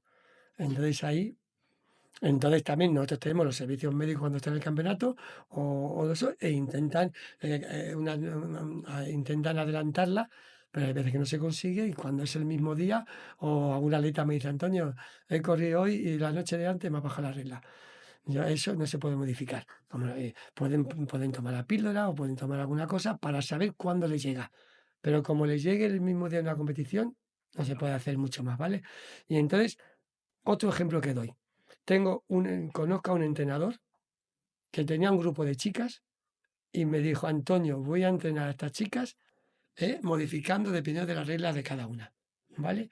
Cuando ese entrenador me llame y me diga, Antonio, estoy haciendo esto y me está dando resultados, entonces diré, compro ese sistema. ¿Me entiendes? Pero la gente, es decir, las campeonas olímpicas, igual que campeones olímpicos, los campeones de España, igual que campeonas de España, entrenamos todo esto del umbral, de las series, más o menos similar. Depende la mujer adaptando los ritmos, pero hay un sistema similar de hombre y mujer y llegan a resultados. Es decir, entonces yo, ¿cómo voy a coger y voy a coger a una chica ahora, y encima tiene un grupo a una chica y voy a decir, a ver, tú la regla, ¿cuál es tu fase? No sé qué, y voy a poner ahora a hacer entrenamiento con cada uno. Primero lo vería loco. Y entonces no sé exactamente si habría resultados. Entonces no creo que tenga por qué cambiar mi sistema de trabajo. Entonces, que es verdad que hay que atender, porque hay que atender que no es lo mismo una mujer que un hombre. Exactamente. Y entonces tiene sus días especiales, entonces hay que estar pendiente, pero a mí tampoco me piden mis atletas, oye, que me cambie el entrenamiento, porque es que Es que ni ellas saben muy bien cuándo la van a tener, no la van a tener, cómo van, cómo no van, ¿entiendes? Sí, sí. Entonces ahora, es verdad, porque para mí esto, hablando más en serio en esto, lo que sí hay que tener cuidado es el problema de esto que sale más de la regla ahora, es porque hay atletas que no la tienen mucho tiempo, ¿no? No la tienen y luego mucho, y sobre todo si es alto nivel, eso acaba en fracturas de estrés. Yo he tenido casos que me han venido gente de 18 años, tiene la regla y han tenido muchas fracturas de estrés. Entonces, yo abogo más, sobre todo por tener más, por tener más control cuando las atletas tienen 14, 15, 16 años. Cuando les falta esa regla, porque tienen menos ingesta y entrenan, ahí sí es donde el entrenador tenía que estar más formado en estos temas y un atleta que no tiene la regla, hay que pararla, tiene que entrenar menos, hay que convencerla de que tiene que comer más porque hay que darle los ejemplos que están pasando nuestras atletas que con 18 y 19 años ya me consta, porque yo tengo ejemplos que me han venido ese problema, hemos ido al ginecólogo a intentar comer más, pero ya Era tarde. era tarde. Entonces el problema tanto de la regla no es cómo entrenar con la regla, es que no le falte la regla a la mujer. Ese es el tema. Y yo he tenido casos muy cercanos y entonces ahí el entrenador y la familia y la chica lo que tienen que convencerse es de que ahí tiene que haber un parón. Pero claro, esa chica que no tiene la regla es cuando mejor está compitiendo, cuando más rendimiento tiene. Entonces ahí los entrenadores tenemos que intentar ser cautos, pero eso es casi con 14, 15, 16 años. Y sacando este tema, voy a dar una experiencia voy a contar un caso muy especial, claro, sobre todo sin nombres, que además me ha pasado hace muy poco, de una atleta jovencita, con 16 años, 17 años, que tenía buenos resultados, porque todavía no le venido la regla. Le ha venido porque no tiene que venir. Le ha venido la regla y ha tenido el cambio hormonal. Ya está un poquito más, ha tenido unos kilos más. ¿Qué ha pasado? Ahora está compitiendo peor. ¿Y sabes qué pasa? Que el entrenador lo sabe, se lo ha contado. Chica, es por esto, tal, tal. ¿Y sabe quién está enfadado? La atleta y los padres, porque no hay resultados ahora, con 16 años. Eso me lo contó el otro día un entrenador, que para que veamos que también la gente está puesta, que parece que es que el entrenador no sabe nada. Me dice, Antonio, tengo este caso, dice, ¿qué hacemos? Dice, habla con los padres, habla con la chica. Y esa chica ahora lo que tiene que hacer es seguir entrenando, sabe que va a tener un año o dos peor, pero esa chica tiene genética y Capacidades. tiene calidad, porque lo ha demostrado antes, y en cuanto otra vez se le regule y no sé qué, tenía que ser una alegría de que tenga la regla, pero claro, como ha dejado de correr tanto, ya no es alegría. Entonces, este es un tema que que para que veáis la vuelta de la tortilla. Todo lo contrario, el entrenador ahí detectó que había ese problema, pero el entrenador está súper tranquilo y sabe que luego va a correr si sigue, y sin embargo ella está nerviosísima porque no corre. Y los padres también. Entonces yo creo que, primero, intentar que los entrenadores de atletas jóvenes sí tienen que saber, pero claro, a ver cómo se forma esa gente y tienen que saber temas de la regla. ¿Cuándo viene? Bueno, porque tú, la regla de una chica, al eliminar 12 años, los tienes que te hacen los 15. Y que está haciendo deporte, a lo mejor eso se lo retrasa o no. Pero si ya llega un momento que ya tiene una edad que no le llega porque está haciendo deporte de alto nivel, ahí también hay que parar y hacer algo. ¿Entendido? Entonces, pero lo de cambiar el entrenamiento por la regla, claro que lo cambió Ese día, cuando le molesta, claro. pero no había cambiado 15 días antes y 10 días. Bueno, lo primero, enhorabuena por el buen mensaje que has dado y lo bien que lo has comunicado. Nosotros tenemos una newsletter, Antonio, y como no quiero cortar un poco tu conversación, y yo soy Nutri, que llevo la parte esa de la newsletter, luego voy a escribir ahí dentro, para la gente que quiera, va a estar en el enlace del podcast, pero voy a escribir algo sobre nutrición relacionado con el ciclo menstrual de la deportista, porque lo considero bastante importante. Pero esto también, aunque vaya a escribir sobre eso, me hace reflexionar sobre que algunas veces nos centramos demasiado en lo micro, ¿no? Y poco en lo macro. Es decir, hoy en día hay muchas cosas que se pueden hacer. Se puede comer menos carbohidratos en la última parte del ciclo menstrual, en la fase lútea, más grasa en la primera fase, la fase folicular.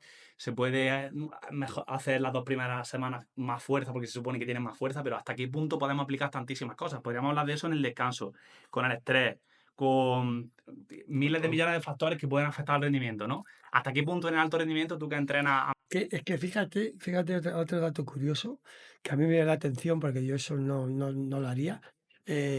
un entrenador de una finalista olímpica dando una charla, le preguntaron por esto y ¿sabe lo que dijo?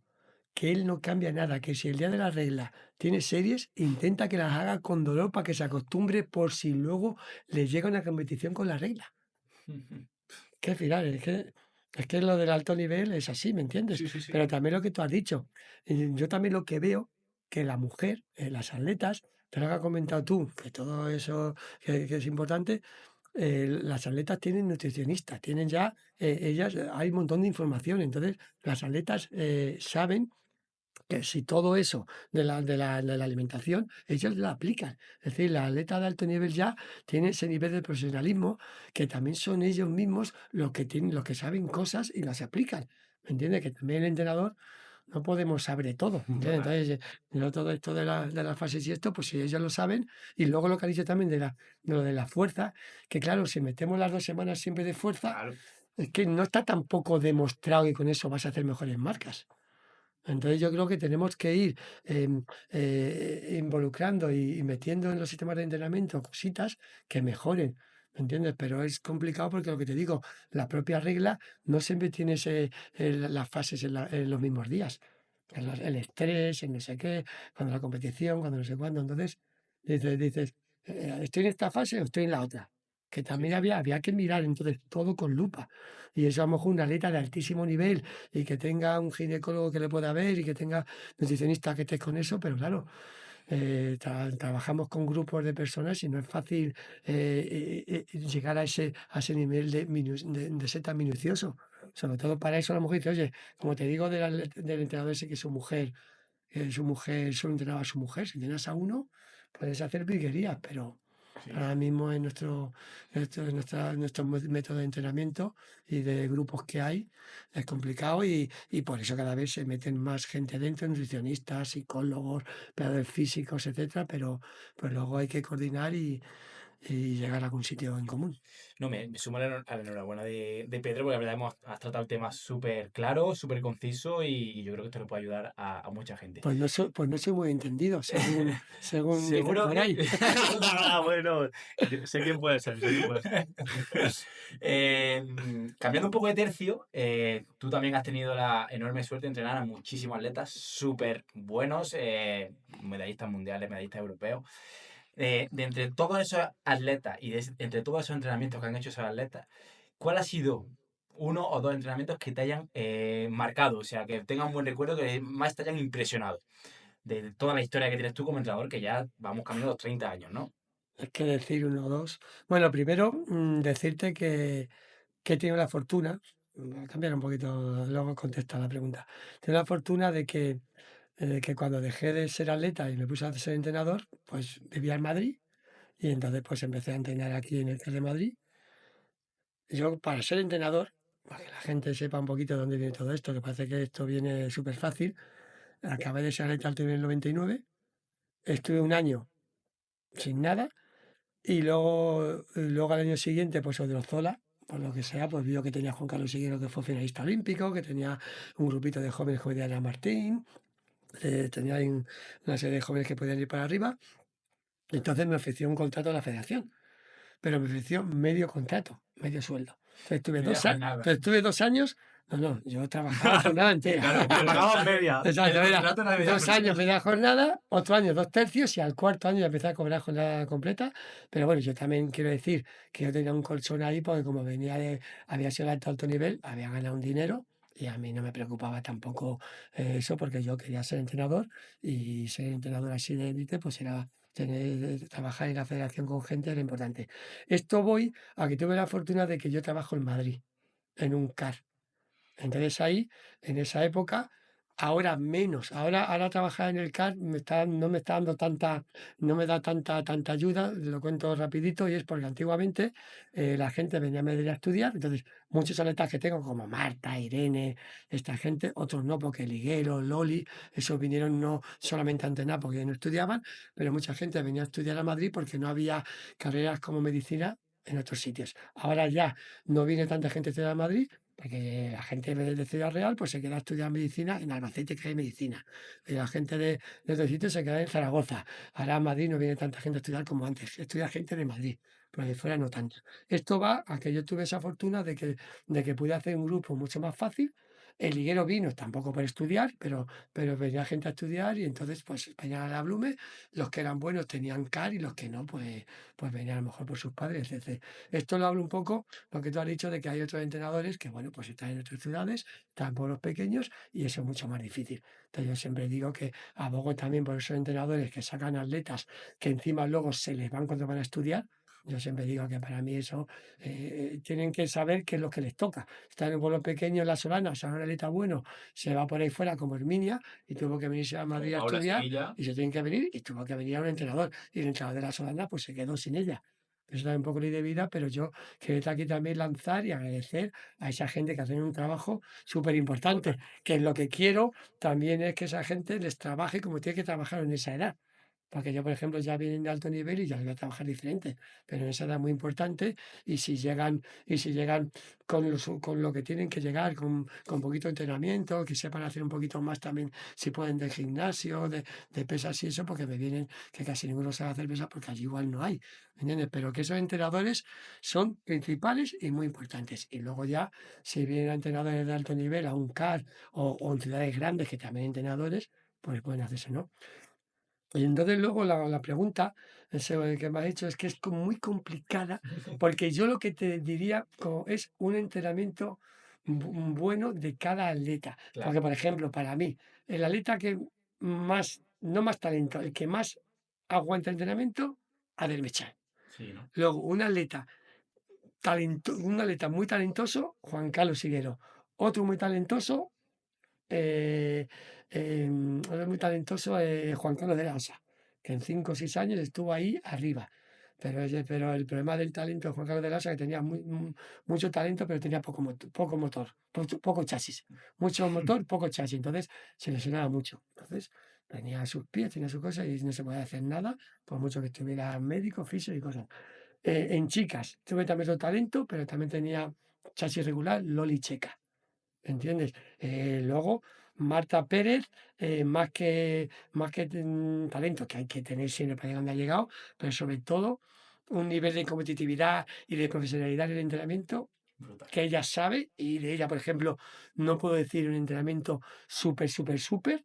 Hace varios entrenamientos buenos y sabemos que un entrenamiento que tenemos que hizo antes de los Juegos Olímpicos y de estos también, con ese entrenamiento que a lo mejor se lo cuentas a alguien y no es nada de otro mundo, con eso es capaz de hacer un marcón, ¿me entiendes? Pero claro, me pongo el ejemplo propio. Yo le cuento a mi gente que yo bajaba 28 minutos en 10.000, que ahora no bajan tantos, y yo hacía 2-3 miles a 8:40 y 8:15. Eso me lo hace cualquier crío de los que tengo. Ya ves. Entonces te digo que cada uno luego tiene que tener un entrenamiento para llegar a... Hay gente que necesita entrenar muy fuerte para llegar. A verme echar, necesita verse haciendo entrenamientos muy fuertes para luego saber que va a competir fuerte. Y Marta Pérez sabe cuáles son sus entrenamientos para entrenar fuerte. O Irene Sánchez Escribano. Y por ejemplo, yo, un entrenamiento para decir uno y que no sea de ahora, un entrenamiento que me pareció muy, muy bueno para lo que luego hizo, porque a mí lo que busco mis atletas es que plasmen lo que entrenan. Sí, el que entrena para hacer 50.500 que haga hacer 50. No le voy a pedir 3:30, ¿me entiendes? Pero que no haga luego 4 minutos. Que luego hay muchos príncipes y muchos reyes del entrenamiento y luego ya la competición. Y nada. No. Entonces, por ejemplo, Juan Carlos de la Osa, cuando hizo 10.000, hizo un entrenamiento que además le ayudó Javi Guerra, que es otro atleta que también para el talento saca muy buenos resultados en maratón y media maratón. eh, pues Juan Carlos de la Osa, me acuerdo que ese día hizo en el INEF, en la hierba, que es un poquito más corto, ¿vale? Pues hizo un 2.000, 3.000, 4.000, 9 kilómetros en series, con 2 minutos de recuperación, y es que metió el 2.000 en 5:25, el 3.000 en 8:08 y el 4.000 en 10:40. Y con eso, luego, a los pocos días hizo 27:27. ¿Entiendes? Eso es lo bueno, ese entrenamiento es un buen entrenamiento. Y otro que me acuerdo de Higuero con él, que Higuero, como te veía muy bien por arriba, hizo 5 por miles con él. Y entonces los miles pues fueron a 2:32, 2:32, 2:33. Y el último, con 2 minutos de recuperación, hicieron dos en la hierba, luego se le metieron en la pista. Y el último hicieron Higuero 2:26 y el último 28. Los dos entrenamientos que ahora igual tampoco llama tanto la atención, pero también antes iban con unas zapatillas, ahora con otras. ¿Me entiendes? Entonces ese entrenamiento está bien, pero lo que me gusta es que esos entrenamientos luego se plasman en la competición. Qué bueno. Entonces, bueno, el entrenamiento de David Mechal también pues ha hecho cosas. Sé que solamente el otro día, uno reciente el otro día, pues en la pista cubierta, que luego hizo 36.500, pues en la pista cubierta hizo 8, 800, 500 y 300. Hizo 3 bloques de esos y empezó pues el primer 800 a 202, el 500 a 1.13 y el 400 y el 300 a 44. Era cada vez más rápido. El siguiente ya hizo 2 minutos, no, el siguiente ya hizo 1.56, ya hizo 1.12 y luego hizo 43. Y el último, que era el de rapidez, 1.51, que eso que ha hecho, equivale a 2.20 en un 1000, 1.51, 1.8 y el 339. Eso con 2-3 minutos. Entonces, claro, solamente las 3 últimas series ya ha hecho al ritmo de 2.20, ha hecho al ritmo de 2.15 y ha hecho el 39 que es al ritmo de 2.10. Entonces ahí lo que decimos, buscamos primero hacer una parte más aeróbica, bueno, más aeróbica, eso no es aeróbico, pero más suave, Sí. y al final ya buscar ritmo competición. Aeróbico, Entonces, ¿sabes? entonces es capaz también a veces cuando hace los fuertes, fuertes, pero luego, claro, lo que te digo, luego es capaz de hacer un tempo de 10 kilómetros a 2.48, 2.50, Claro. y eso por arriba. Y luego cuando hace las series, entonces, pero eso, el liguero, Irene también este año ha hecho entrenamientos muy buenos en verano, comparado con otros años, ha acabado fuerte. Y bueno, y luego, por ejemplo, Diana Martín, que es una De más de obstáculos, sí. medallista Europea. europeo de obstáculos, pues ella era otra atleta que tampoco te puedo contar entrenamientos fuertes, porque ella era un poquito con la continuidad, pero luego competía muy bien. Entonces te digo que cada uno tiene su idiosincrasia. Y Por ejemplo, un entrenamiento fuerte, que no fuerte de Loli Checa, para hablar también un poco así, sí, sí. me acuerdo que la chica esta pues hizo un 1000 a 2.40 a 2.48 la hierba y un 1000 a 2.40.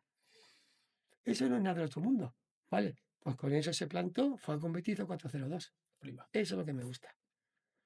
Esa hacía 4 miles de 2.55, 2.54 y el último 2.51 hizo 14.46 dos veces. Anda. Eso es lo que me gusta, que los entrenamientos fuertes luego se plasmen. Entonces, yo no sé si ese entrenamiento que estoy contando, a lo mejor hay más gente a la que lo haría, pero no sé si luego hizo 14.46. Efectivamente. Creo que no, ¿me entiendes? Entonces lo bueno es que esos entrenamientos, pero para llegar también a esos entrenamientos fuertes, hay también que tener una continuidad y tener mucho entrenamiento aeróbico Claro. y ya está. Entonces ahí está el kit de la cuestión. Has nombrado mucho a Higuero y queremos hablar un poco de él. Según tú acabas de decir, que es el atleta con más talento quizá que hayas tú tenido. Higuero es un histórico, todo el mundo que haya hecho atletismo sabe quién es, no sé cuántas medallistas internacionales, de los mejores corredores de 1500 de la historia, no un corredor con grandísima marca ahora mismo de ranking, porque es que la gente corre mucho, Ahora es pero pique. ahora es speaker, efectivamente. Yo coincidí con Higuero en la Blume en su último año, creo. Entonces, una anécdota que me contaron nada más llegar, que queremos ver si es verdad, con todo el talento que tenía. Pero cuenta alguna más, ¿no? Vale, luego cuentas tú alguna. ¿Qué les digo? No, pero claro, a mí me contaron que cuando llegó a la Blume, el chaval no sé qué tendría ayer, 16 años, A ver, 17. pero esto viene primero, voy a hacerte Sí. no, voy a hacerte primero quién es Higuero, cómo es Higuero, Vale. para que veas por qué hizo eso. Vale, Porque vale. Higuero es, como he dicho yo, un chaval de pueblo que se ha criado allí en un pueblo y entonces era de una familia humilde y el Higuero pues tampoco le ha gustado estudiar, no estudia nunca, y entonces era un chaval, como digamos, de pueblo, pueblo, que se iba a pescar al río, que se iba a tirar piedras con los amigos y entonces, claro, lo que tú vas a contar ahora pues es normal de una persona, Claro. o sea, que era súper extrovertida, que no era ningún friki de estos así súper, como que hay otros que son súper estudiosos, súper no sé qué. Entonces este era ¿Cómo lo veías? muy abierto y lo que veía, ¿entiendes? Claro, la cosa es que cuando llega a la Blume, el chico, que ya supongo que sería un portento físico, sería buenísimo, Bueno, era sub-20, ya había sido medallista sub-20 y se vino a la internacional, Blume, ¿no? sí, sí. Pues merendaba antes de entrenar un paquete de galletas y un vaso de leche. Y claro, que nadie le había preguntado nunca qué merendaba. O sea, porque es una pregunta que no se hace. Y de repente, no sé si fuiste tú o quién fue, Merendaba eso porque teóricamente el problema iba a clase, ¿vale? cuando iba, y Cuando luego iba. como entrenamos a las 5:30, Pues por lo visto era a las 3:30, 4, se cogía un paquete de 20 galletas y con leche, y para eso, pues bueno, pues una merienda como se hace en los pueblos. Total, Él no total. sabía que luego iba a entrenar y que iba a poner al cuerpo en un estrés que no debe, que el estómago, por ejemplo, tiene que estar vacío para poder entrenar, tiene que tener la digestión hecha. Entonces eso Nadie se lo había no, explicado, él claro. lo entendía, ¿me entiendes?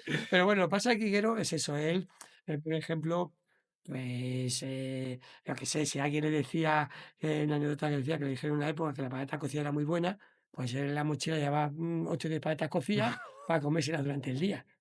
¿Entiendes? Ya ves. Entonces, para que veáis lo Qué que eso bueno. no es nada especial, ¿me entiendes? Sí, sí, sí. Entonces, ha tenido una anécdota de esas de cuando le decían que algo era muy importante, pues ya está. Además, es que ese Higuero es casi como un hijo, ahora ya menos, pero Higuero, aquí en Madrid, Natalia Espiazo, Mies y yo, pues la acogimos y la verdad es que estuve mucho tiempo con él. Y entonces, por ejemplo, él no le gustaba estudiar, entonces iba a clase y no se lo pasaba bien, y cuando el profesor le preguntaba algo, como no contestaba bien, pues no iba más, ¿entiendes? En inglés, le decían en inglés, no contestaba, se iba. Y sin embargo, él que era una persona inteligente, y por ejemplo, una anécdota es que Natalia le dio clases de formulación, Vale. que mira que la formulación, pero claro, la formulación lo bueno es que no tienes que tener un back. Es decir, lo malo es que si tienes matemáticas y no sabes sumar y restar, no puedes hacer lo siguiente. Entonces aquí él, como era formulación y era de aprenderse unas cosas, el tío aprendió formulación y cuando llegó allí salió a la pizarra y empezó a hacer fórmulas. Y yo, sin Ostras. embargo, lo demás pues no hacía, ¿me entiendes? Entonces el tío tenía sus cosas, pero luego era inteligente y luego, yo qué sé, pues por ejemplo, él preguntaba, porque ves que era un chaval que te preguntaba que claro, que por qué un cohete se iba para arriba y por qué no se perdía y cómo volvía abajo, ¿me entiendes? Entonces yo creo que no fue a clase cuando explicaron muchas cosas de la gravedad y cosas, y entonces tenía ahí una, tenía ahí unas cosas que necesitaba saber. Bueno, ahora con Elon Musk sí vuelve, ¿no? Pero luego, por ejemplo, fijar la inteligencia que tenía, que él tuvo muy claro a qué se le quería dedicar después. Porque una cosa de la que estamos muy orgullosos, Natalia y yo y la gente que está alrededor, de que, bueno, que tú acabas tu carrera deportiva y luego yo, por ejemplo, a mí me gusta hablar de que los Licheka tiene su trabajo, de que el de la OSA es entrenador y tiene su trabajo allí, porque sobre todo hablo de los que no han estudiado nada. ¿Entiendes? Ahora ya el 99% bien estudian y luego es más fácil que tengan un trabajo, pero en esa época, cuando yo entrenaba, de 9 que íbamos a un todo el mundo de cross, estudiábamos 3 y 6 no. Entonces, esos 6 personas luego tenían que trabajar en algo. No te daba el dinero menos a Martín Ficia Belantón, que le dio el dinero, y a Fermín Cacha, a los demás no le dio el dinero. Vamos a sacarte también una cosa que queríamos aprovechar la oportunidad de tenerte aquí, ¿vale? Tú, como hemos dicho antes, creo que eres uno de los referentes como entrenador del atletismo nacional, uno de los mejores, has tenido atletas de todas las categorías, con todas las medallas posibles. Y un tema recurrente, pues el tema del dopaje. Nosotros pensamos que al final el deportista pues tiene sus inquietudes, sus demonios interiores, sus cosas buenas, sus ambiciones y que un atleta se dope no tiene por qué saberlo el entrenador. Al final, cuando un atleta elige doparse, lo elige él mismo. Pero es verdad que cuando un atleta también sale dopado, las primeras personas quitando al atleta que se señala son al médico, si lo tiene, y al entrenador. Tú has vivido eso, tú has vivido que algún atleta tuyo ha dado positivo por dopaje, entonces queríamos tener la oportunidad, ya que estás aquí, de que preguntarte directamente qué opinas al respecto y, por supuesto, pues qué opinión tienes sobre el dopaje y qué opinas de esa gente que lo primero que hace es acusar, no, el entrenador tenía que saber esto, seguro que lo sabía, etcétera. Bueno, en primer lugar, pues decir que bueno, pero orgullo también que mi posición siempre, siempre, siempre ha sido en contra del dopaje. De hecho, yo cuando era atleta, pues ahí también hubo también era un momento donde empezaron a aparecer sustancias que se podían utilizar o no se podían utilizar y no se pillaban. Entonces yo viví la época de la famosa EPO que todavía no se pillaba, y entonces pues habría atletas que puede ser que sí lo utilizaban o no, ¿me entiendes? Lo del dopaje lleva ya, lleva ya muchísimo tiempo, pero es verdad que ahora la lucha contra el dopaje cada vez más fuerte y más dura, para que sepa la gente que está escuchando. Ahora, la lucha contra el dopaje tiene varias vías. Se hacen controles de antidopaje en la competición, se hacen controles de antidopaje fuera de competición, y luego hay unos atletas a nivel nacional y a nivel mundial unos están vigilados por la agencia española y la otra por la internacional, que tienen que poner una hora diaria, que tienen que estar localizables para poder hacer un control. Por ejemplo, por ejemplo, tengo a mi hija que está en el plan de aquí español. Ella tiene que poner de 7 a 8 de la mañana, 8 a 9 ponen o temprano o tarde para asegurarse de que van a estar. No van a poner a las 3 de la tarde que no sé dónde van a estar, ¿me entiendes? Entonces tienen que poner, tienen que enviar cada trimestre las competiciones que van a hacer probablemente y las horas localizables. Y luego, si esa persona hace un viaje o duerme en otro sitio que no lo tiene eso, tiene la opción de un día, 2 días antes, decir que se va a otro sitio, lo envía a una app y entonces van a buscarle ese sitio, ¿no? Entonces quiere decir que ahora este tema pues está mucho más así. Además se hacen controles de sangre y de orina. Ahora no solamente de orina como antes, ahora también se hace de sangre.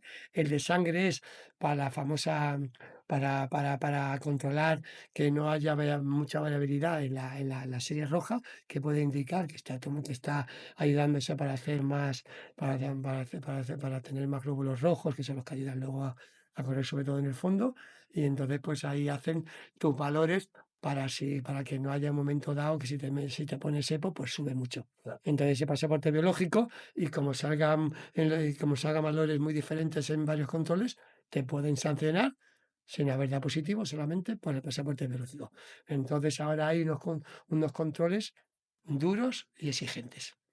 Ahora, ¿qué pasa con el doping? Pues el doping, yo creo que primero por ejemplo, para poner un ejemplo, ahora está ocurriendo mucho donde en Kenia. ¿Cuál es mi opinión de por qué está habiendo más doping en Kenia? En Kenia, ahora mismo, en mi época había 50 kenianos buenos. Ahora en Kenia, todos los días hay 3 o 4 mil kenianos entrenando en pistas Ya ves. allí. Y aunque son muy buenos, no todos son igual de buenos. Es una opinión que voy a dar yo que me parece. Entonces, hay unos que son muy buenos, que vienen a competir a Europa, fuera de allí, y ganan mucho dinero. Entonces, hay gente de abajo que no son tan buenos, y entonces quieren llegar a ser buenos, y ahí es donde te ayudas. Igual que el atleta que se dopa, es cuando ve que hay algunos, yo opino también que pillan dopado con una cierta edad, no quiere decir que haya estado dopándose de 18 años. Que igual ha sido bastante reciente o cuando tenemos resultados. Es decir, ve que no llega o que quiere ganar más dinero, que quiere estar más arriba y entonces tiene la ayuda. Entonces, si hay alguien que le dice que no te van a pillar o que esto, o que puede ser que no te dé, a los 500 ¿por qué los pillan? Pues porque los pobrecitos, no saben hacerlo a lo mejor para que no les pillen, si hay ese modelo de Pero un hacerlo, médico, pues entonces es más fácil que les pillan. Pero claro, si les pillan, lo dejan y no pierden mucho, porque ellos no ganan dinero. Pero aquí en Europa yo creo que sí es más, es sobre todo que cuando un atleta sale con doping en Europa o en el resto del mundo que no sean países desarrollados, eso sí es familiarmente, sí es la prensa, es decir, que aquí salga dopado, ya eso tienes ahí para toda la vida hay un San Benito, ¿me entiendes? Y entonces, ¿qué pasa lo que has dicho de que yo, por ejemplo, tuve un caso muy pequeñito de un atleta que sale positivo, que estuvo 2 o 3 meses sancionado porque fue una tontería, que es que ni sabía ella que eso era así? Pues entonces, es verdad que en aquella época a mí tuve unos días o unas semanas, lo pasé muy mal y es que venía la gente y parece que te daba casi el pésame. ¿Entiendes? Y luego parecía que había sido yo y todo el grupo.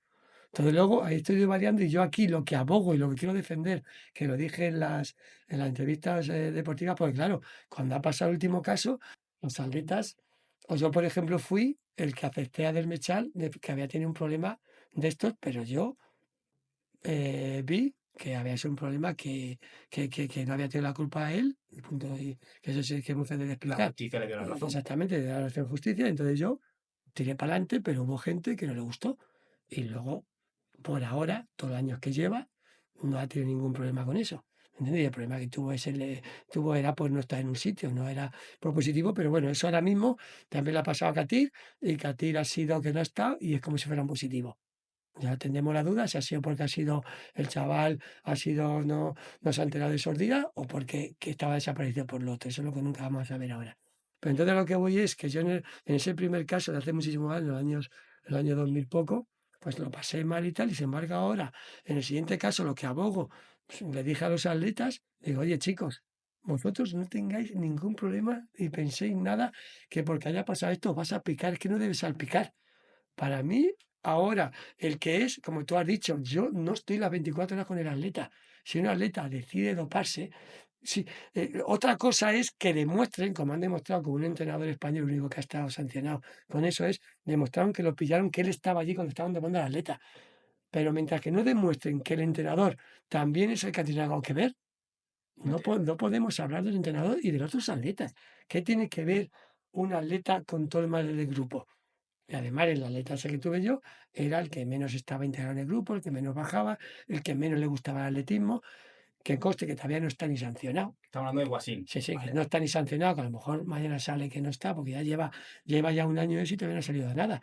Que también luego siempre hay que intentar la presunción de inocencia del atleta, ¿me entiendes? Que cuando el atleta luego sale positivo y busca, yo veo gente que se ha gastado un montón de dinero en intentar demostrar que no es verdad, a eso también se te queda ahí un poquito, decir, coño, si un atleta dice que no, y que se gastaría todo lo que tiene en su vida, eso también da que decir, ¿me entiendes? Que también puede haber fallos ahí dentro de los controles, ¿me entiendes? Ujú. Entonces lo que voy es que yo abogo porque cuando ya salen positivos, no debemos inmiscuir ni al entrenador ni al grupo.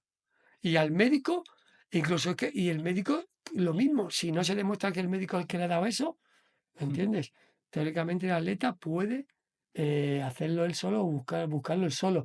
Si se demuestra que el entrenador o que el médico que también está involucrado o que sus compañeros también, pero es que eso no, es que eso no se da. Entonces a mí cuando salen positivos de un atleta, yo es que ni busco quién le entrena, ni busco quién es porque también hasta el manager. Se mete la mano y digo, "Dale, pues cuando demuestre que un manager estaba metido, pues que lo sancione y punto pelota. Que puede ser, pues puede ser porque alguien se lo ha tenido que dar o ha sido el mismo, pero yo por eso, por ejemplo, yo abogaría que la gente que sale positivo, que no lo hacen porque se ve que eso es imposible, tire de la manta y que diga, si le ha ayudado a alguien, que lo diga. Pero eso ya es ya como a lo mejor también esa persona no puede demostrarlo porque el que lo ha hecho tiene que ser listo y decir, oye, Claro. yo te lo voy a dar, pero no se va a enterar Ujú. nadie. Entonces, y lo malo del doping ahora que yo veo es lo que te digo, que hay atletas que quieren llegar más arriba y cuando ven que no llegan, entonces a mí lo que me gusta es que el atleta, por eso he dicho antes que al atleta le tiene que gustar el atletismo y hacer esto porque le guste, no por el dinero. Como vaya por el dinero, por las medallas, ese atleta que va por el dinero y las medallas es más fácil que caiga en la trampa. Claro. Entonces yo, por los atletas que he tenido, que esto les gusta y que no, y sin embargo un par de personas que ha habido con más, no la primera que tuve, un par de personas que he tenido, y luego miro el perfil y son personas que tampoco disfrutaban como las otras que tengo de atletismo. Esas dos personas, exactamente. Y cuando han visto y entonces, igual por ahí van los tiros, pero bueno, lo que te digo. Digo, así no se puede hablar mucho porque ahora mismo salió a tener una cautelar, ha tenido ahí, no sé, en cautelar, pero hasta ahora no sale nada, que para todos será mucho mejor que ya saliera algo, ¿me entiendes? Porque estamos siempre con la duda. Y entre la duda, pues siempre hay que creer más en el atleta, ¿me entiendes? Entonces a mí ya, a partir de ahora, lo que te digo, lo que no puedo estar en las 24 horas viendo lo que hacen mis 25 atletas. Porque aquí también voy a decir otra cosa, que hay gente que te dice, oye Antonio, ves a entrenadores que lo hacen, que te firmen los atletas algo que tú no tienes nada que ver si salen dopados. Es que también eso es como no tener confianza en ellos. Yo tengo confianza en mis atletas. Entonces yo confío en ellos y si alguno rompe mi confianza, pues Ya está. cada uno por su lado. ¿Me entiendes? Yo creo que decirle al atleta, oye, firme aquí, que si tú no lo oye, pues a lo mejor todos dicen, venga, sí, te firmo, no pasa nada, pero es que yo no creo que sea eso necesario, porque yo abogo por no que no haya trampas y los atletas, lo primero que hablamos cuando son jóvenes, cuando vienen también, y cuando hablamos de esos temas, ellos, hostia, es este positivo, no sé qué, no sé cuánto. Entonces no, nosotros no queremos dentro de los atletas que conozco, es que lo del doping son la minoría. ¿me entiendes? Entonces, es una lacra que hay, que se intenta luchar, que se dice que siempre habrá gente por encima, que el que gane, que el que pueda ganar mucho dinero o el que quiera ganar medallas puede ser que quiera ayudarse, pero yo en mi entorno te digo, por ejemplo, cuando era atleta también te digo, yo no vi nada de doping y claro, no sé, si se lo ofrecen a alguien será porque creen que puede caer en esa extrema, ¿no? Pero incluso ahora es cada vez más difícil porque los médicos también se les sanciona y se les pilla. Claro. A los entrenadores, al médico, al manager. Le quitan la licencia de Claro, médico. entonces ahora mismo tenemos hasta problemas de encontrar médicos deportivos que te ayuden. ¿Me entiendes? Entonces, porque eso es una falta que echo de menos. A mí, llega al atleta, y yo me gustaría que cada atleta mío, y sobre todo los de arriba, tuviera un médico deportivo. Pues cuando viene alguno que va para arriba, Antonio, ¿qué hago en este tema? Digo, chico, estamos perdidos. Entonces están haciendo eso mal los nutricionistas. Porque para que tengan las ayudas ergogénicas y las ayudas estas para la recuperación para esto, pues están tirando más de nutricionistas y esto, porque no hay médicos deportivos, no se quieren involucrar por el miedo ese. ¿Entiendes? Pero es que no tienen que tener miedo porque haciendo lo que tienen que hacer bien no hay ningún problema. A ver, me ha gustado muchísimo cómo ha abordado el tema. Ha hablado de varias cosas. Una que yo creo que no va a cambiar nunca, que es lo de que se acusa al entrenador, porque al final el clickbait es lo que llama. O sea, Bueno, pues yo voy a sí. abogar porque no se Y acusa, ¿me ojalá entiendes? mucha gente te escuche. Yo espero que sí. Tengo mucha confianza. De hecho, en este capítulo te lo hemos dicho antes de empezar. Pero es verdad que lo fácil es acusar y que haya mucha polémica. Y la polémica ya sabemos que rueda mucho más fácil que una buena noticia. También me ha gustado mucho lo que has dicho de, bueno, relacionado con el ganar medallas y que cada uno tenga como su claro hasta dónde puede llegar y que le guste el atletismo, ¿no? Tú a tus atletas les pones como los pies en el suelo, los aterrizas y les dices, oye, creo que pueda llegar a esto, o que pueda llegar a ser medallista nacional o medallista internacional, o los dejas simplemente y observas cómo funcionan ellos. No, hombre, cuando diga el atleta depende del nivel que ella traiga o de lo que si es un buen junior que puede ir para arriba, o sub-23, se hablan estos temas. Hay que decir, un atleta quiere llegar sobre todo a ser internacional absoluto. El tope es que el atleta llega a ir a un mundial, Juegos Olímpicos, en europeo, estas cosas. Pero luego, yo de mis 20 atletas, 25 que tengo 6 o 7 que son más de categoría nacional. Entonces, lo es llegar a un campeonato nacional y mejorar sus marcas. Entonces, cada uno tiene un discurso, ¿me entiendes? Pero es bueno que lo de los pies en el suelo, por supuesto, pero los pies en el suelo te lo va dando las marcas que va haciendo. Entonces, yo lo que tú has dicho, lo que no quiero es que un atleta que tengo sub-23 ahora que me diga, ¡buah! Yo voy hasta los Juegos Olímpicos, a veces no sé qué. He tenido algún caso de esos, que el que se creía que iba a hacer, que había sido, tuve un caso que fue campeón de Europa, de 5 y 10 mil, y quería ser campeón olímpico, ¿y sabes qué pasó?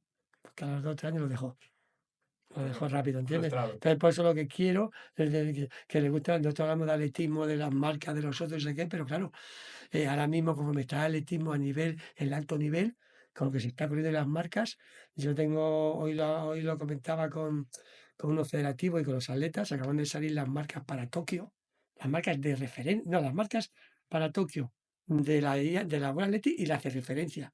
Las de referencias las ha vuelto a bajar la federación un poquito. Entonces, ¿qué pasa?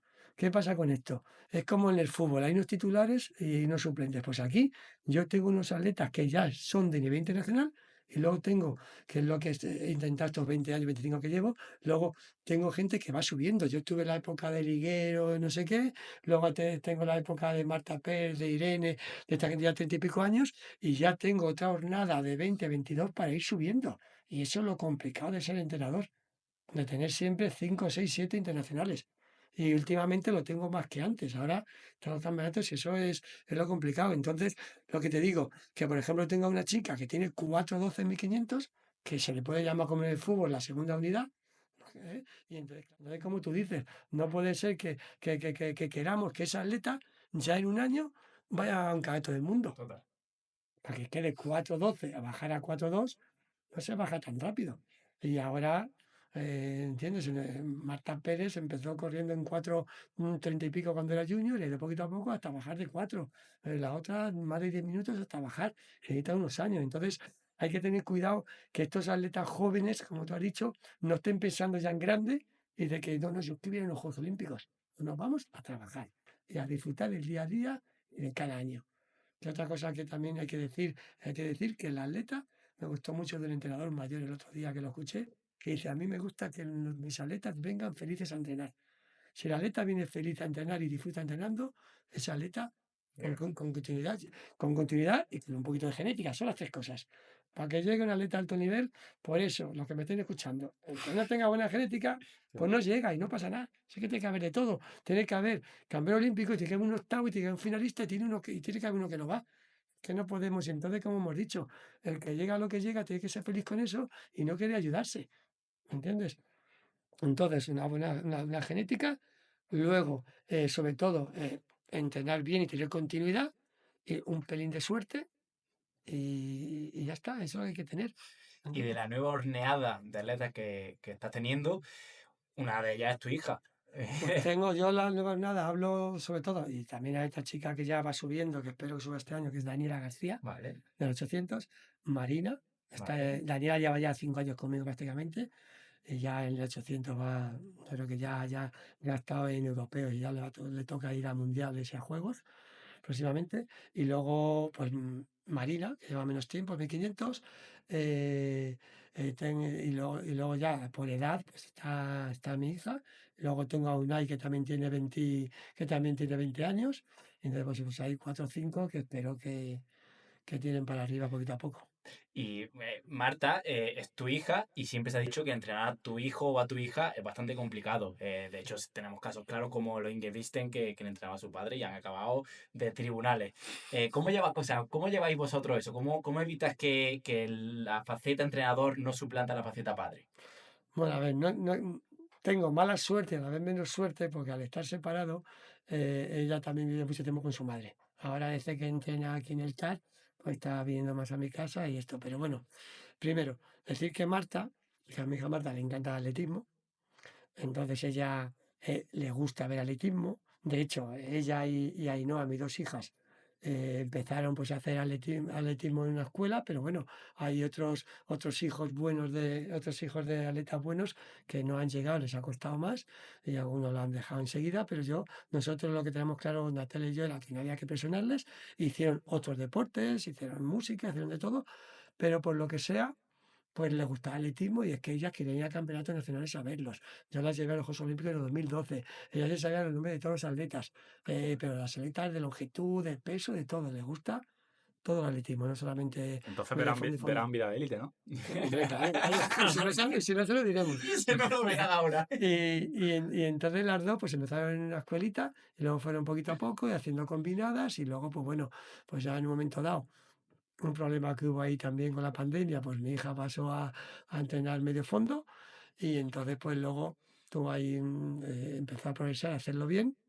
Y entonces lo que te dice, a lo que vamos, que ella está en casa de su madre, también viene conmigo a casa, pero luego en el entrenamiento, pues lo que hay que hacer es que sea como un atleta más. ¿Sabe lo que se diferencia? Que me dice papá. Ya está. Me decía Antonio, entrenador, ¿sabe? Pero además, eso es lo que intento. Ahora había que preguntar a los demás. No sé si lo que sí o no. Pero yo a ella hace eso serio y algunas veces casi le pregunto menos que a otras. Que la me dice, papá, pero pregúntame qué es esto, no sé qué. Y algunas veces, entonces ya va. Y, oye, Marta, te toca hoy con Rosalía y con Marina estas series, tal, tal, tal, tal, tal. Pero luego a lo que voy, cuando estamos en casa, pues ya también es verdad que le gusta hablar de atletismo. Entonces también hemos estado un rato y hemos dicho, oye, papá, y entonces ahora, ¿qué vamos a hacer? ¿Qué voy a comer después de esto? No sé qué, le gusta.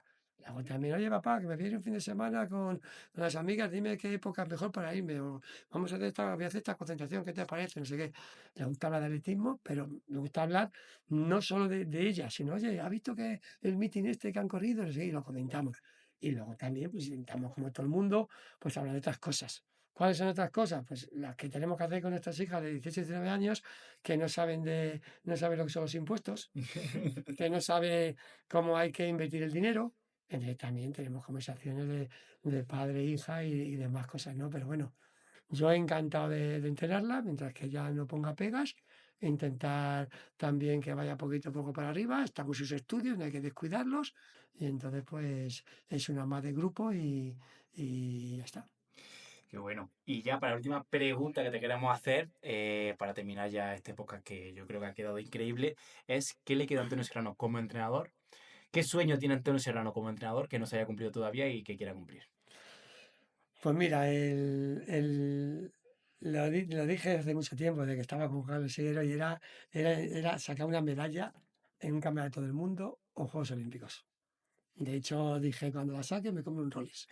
No sé, ahora menos, porque ahora llevo todo el tiempo El Apple. en el Apple, pero antiguamente me gustaba tener muchos relojes y cambiar esto y dije, venga, un Rolex para comprarlo cuando sea. He tenido esa mala suerte, entre comillas, porque ha sido cuarto Quinto, higuero, cuarto. ha sido cuarto higuero, ha sido cuarto cuando le cerró el hermano del Jacob Adel en Londres, que ha sido tercero. Es decir, el mundial también he tenido a sexto, también he tenido a quinto, fue quinta también en maratón de Sandra Aguilar. Es decir, que he tenido ahí varios finalistas y todavía no se ha dado. Sin embargo, he tenido campeones de Europa de pista cubierta, campeones de aire libre, también sí he tenido medallas de aire libre, pero me falta, así como decir con los fondos, decir, oye, pues tener un finalista, pero voy a que a mí tampoco me preocupa eso, ¿me entiendes? Yo lo que quiero es estar otros 10 12 años, intentar tener así un grupo de 20 atletas y varios de ellos de élite.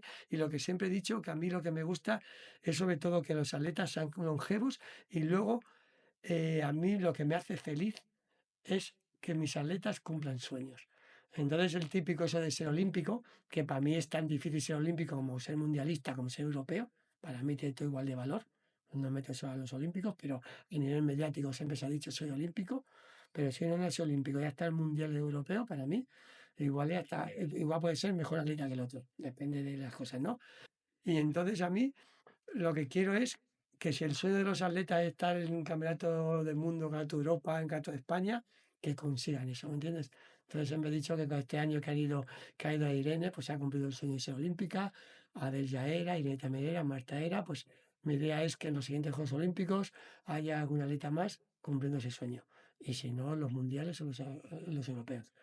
Y luego eso, pues, yo creo que llevo muchos años y que sobre todo contento de lo que te he dicho, de que son 25 años desde que empecé a trabajar con la federación, muchos años antes también ya haciendo mis pinitos como entrenador y atleta. Y entonces lo que creo que me gusta es eso, que en cada campeonato pues tengo a gente ahí y teniendo nuevas jornadas. No ser un entrenador que hay entrenadores que por desgracia como no trabajan en esto, pues tienen un atleta bueno. Por ejemplo, el entrenador muere de Pancorbo, toma el Pancorbo, desapareció el Pancorbo, desapareció el entrenador.